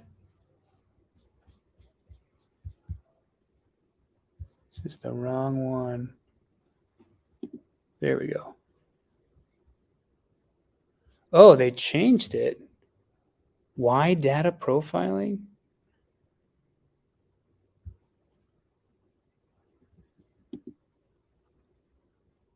Here, I'll bring this over here so you guys can see it too. Oh, come on over. So yeah, apparently they changed it. Pandas profiling large data sets. Okay.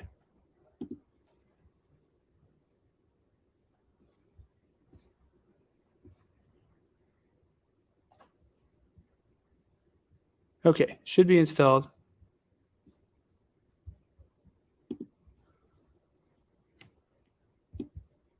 I think this is what we need.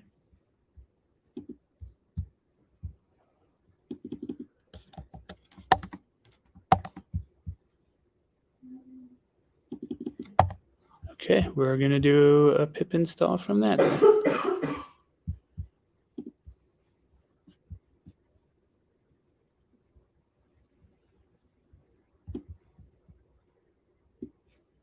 Interesting. I don't.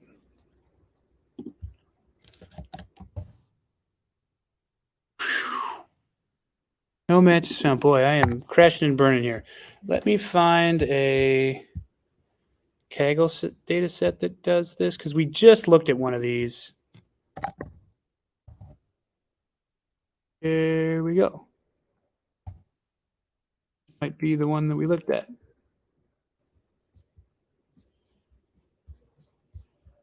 Code.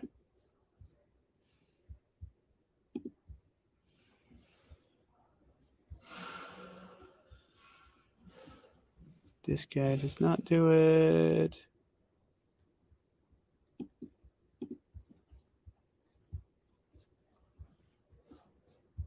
Install pandas profiling. That's the one.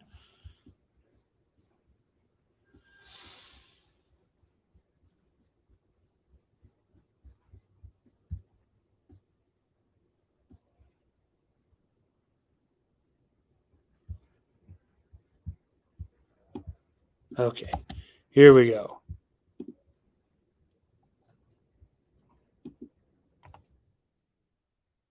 Wrong way.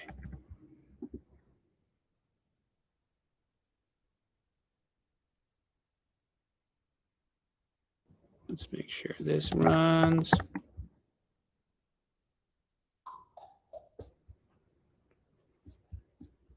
Man. Pandas profile. Did I not? Let's check this again. Pandas profiling is installed.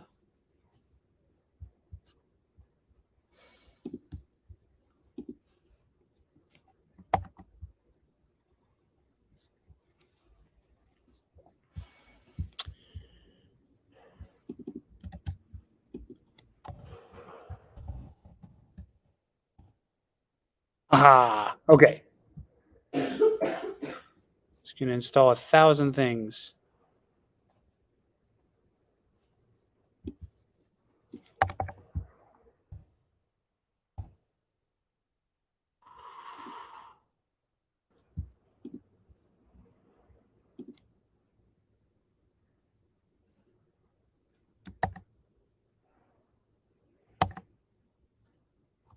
All right. Yep. Sorry, I'm stumped on this. Cannot import name ABC class index from pandas core D types generic. So interesting. Let me try and download that. I will download this file and we'll try and run it.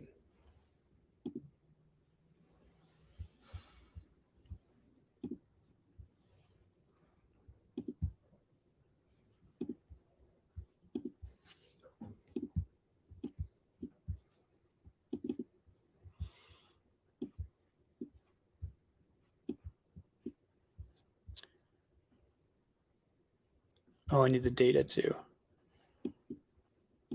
Oops, not freeform.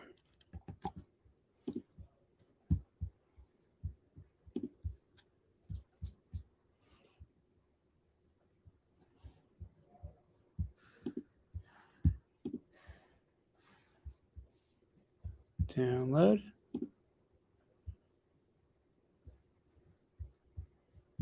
Back to here.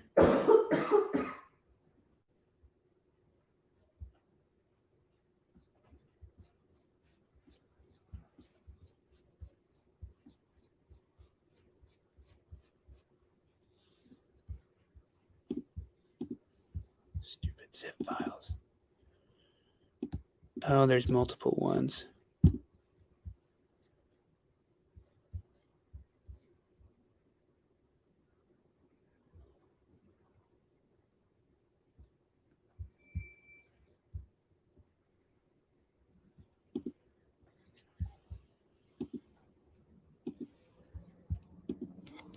Zoom out here. I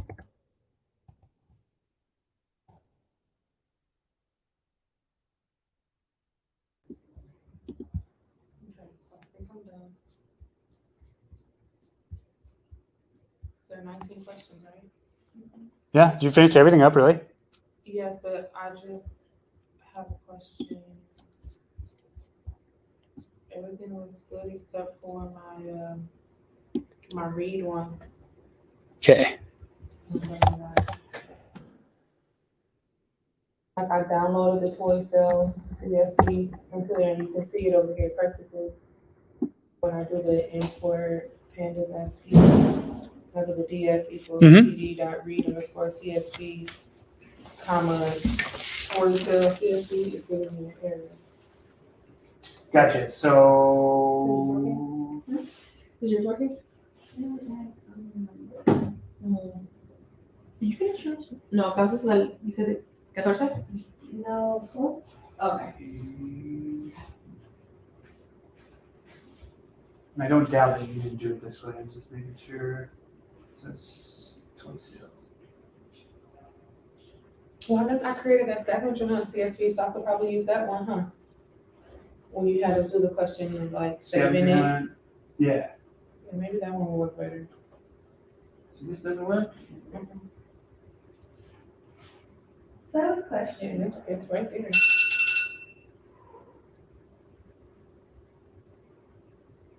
UTC can't decode by position, invalid start by date. Oh, is this a weirdo? Yeah, maybe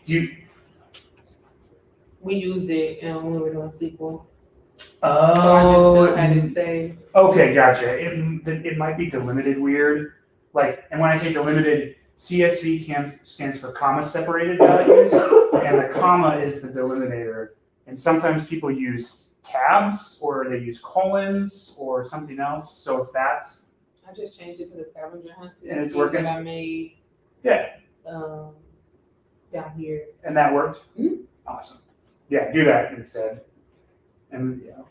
Okay, What were you saying on it? So on the ones that say function, should we be able to like run the function, or do you just need to provide the function? You can just provide it. If you want to use it, you can. Okay. So yeah, that's exactly right for there. If you have a data frame that you want to group by, and if you don't, that's good. That's totally acceptable. Yep. Yeah, because I'm like, I did do like this one on here, and it gives you like, it makes up with some data. Yep. And that's super simple. Like, I mean, that is a simple way to create data just to like show these things off, right? Yeah. So totally, highly recommend doing that. One more question. I promise I won't be long. What Yeah. did I do to make my number 13 turn blue? What did I do? I want it back. Yeah. So that you're in a markdown chunk right now. Weird too. So just shift enter on it. Right here. So click into it and shift enter. Oh, Yep. thank you. So double click it again. And then look up here. See how it says Markdown? Right there. Yes. So Markdown is like, that's like just a fancy coding way of making things pretty. Oh. They don't execute. It's just for like documentation. I was like, I want it back. Yeah. I know, I did that earlier, and it took me a while to figure it out, but I figured it out. I was just like clicking around. I was like, now go back.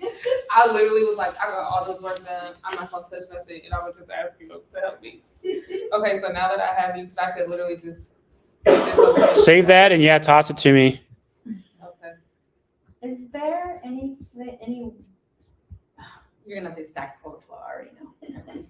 No, what is it? What's up? I really need to figure out like how I'm thinking group by. I really have a tough time like. I'm trying to say, I'm having a tough time understanding how I'm going to command things. When I'm saying like when I'm thinking group by, I'm in my mind. I'm not like, because earlier you were saying like you're telling it this, but you're not telling it what to do with this information or like what the result is. Yeah. But I don't know enough of the commands. Mm-hmm. Mm-hmm. And I don't know enough to know like what I can. I guess that's something like I don't know how to even start that. Yeah. So this actually is a good reminder for me to put all of the Anaconda stuff on Slack, because this, I think and we went through a little bit of the Panda stuff, but now that you are trying to accomplish things and you have context to it, I think it'll make more sense. So let me pull that down here. And James, if you have any questions, holler at me. If not, we're done for the night. This is just extra time to chat and talk through homework and whatnot. Okay. I can send you my data set too that I kind of was wanting to use right now. Heck yeah. As long as it's not. I have to do a shareable link. It's not letting me drop it. Oh yeah. Yeah, as long as it's not. I mean, it's not HIPAA. I would assume you're way smarter than that. But just for the sake of knowing that you work in healthcare, I just want to have that as a caveat. Yeah. Oh, it's over. Go ahead, do it again. Right click it. No, I want to do this, but I don't.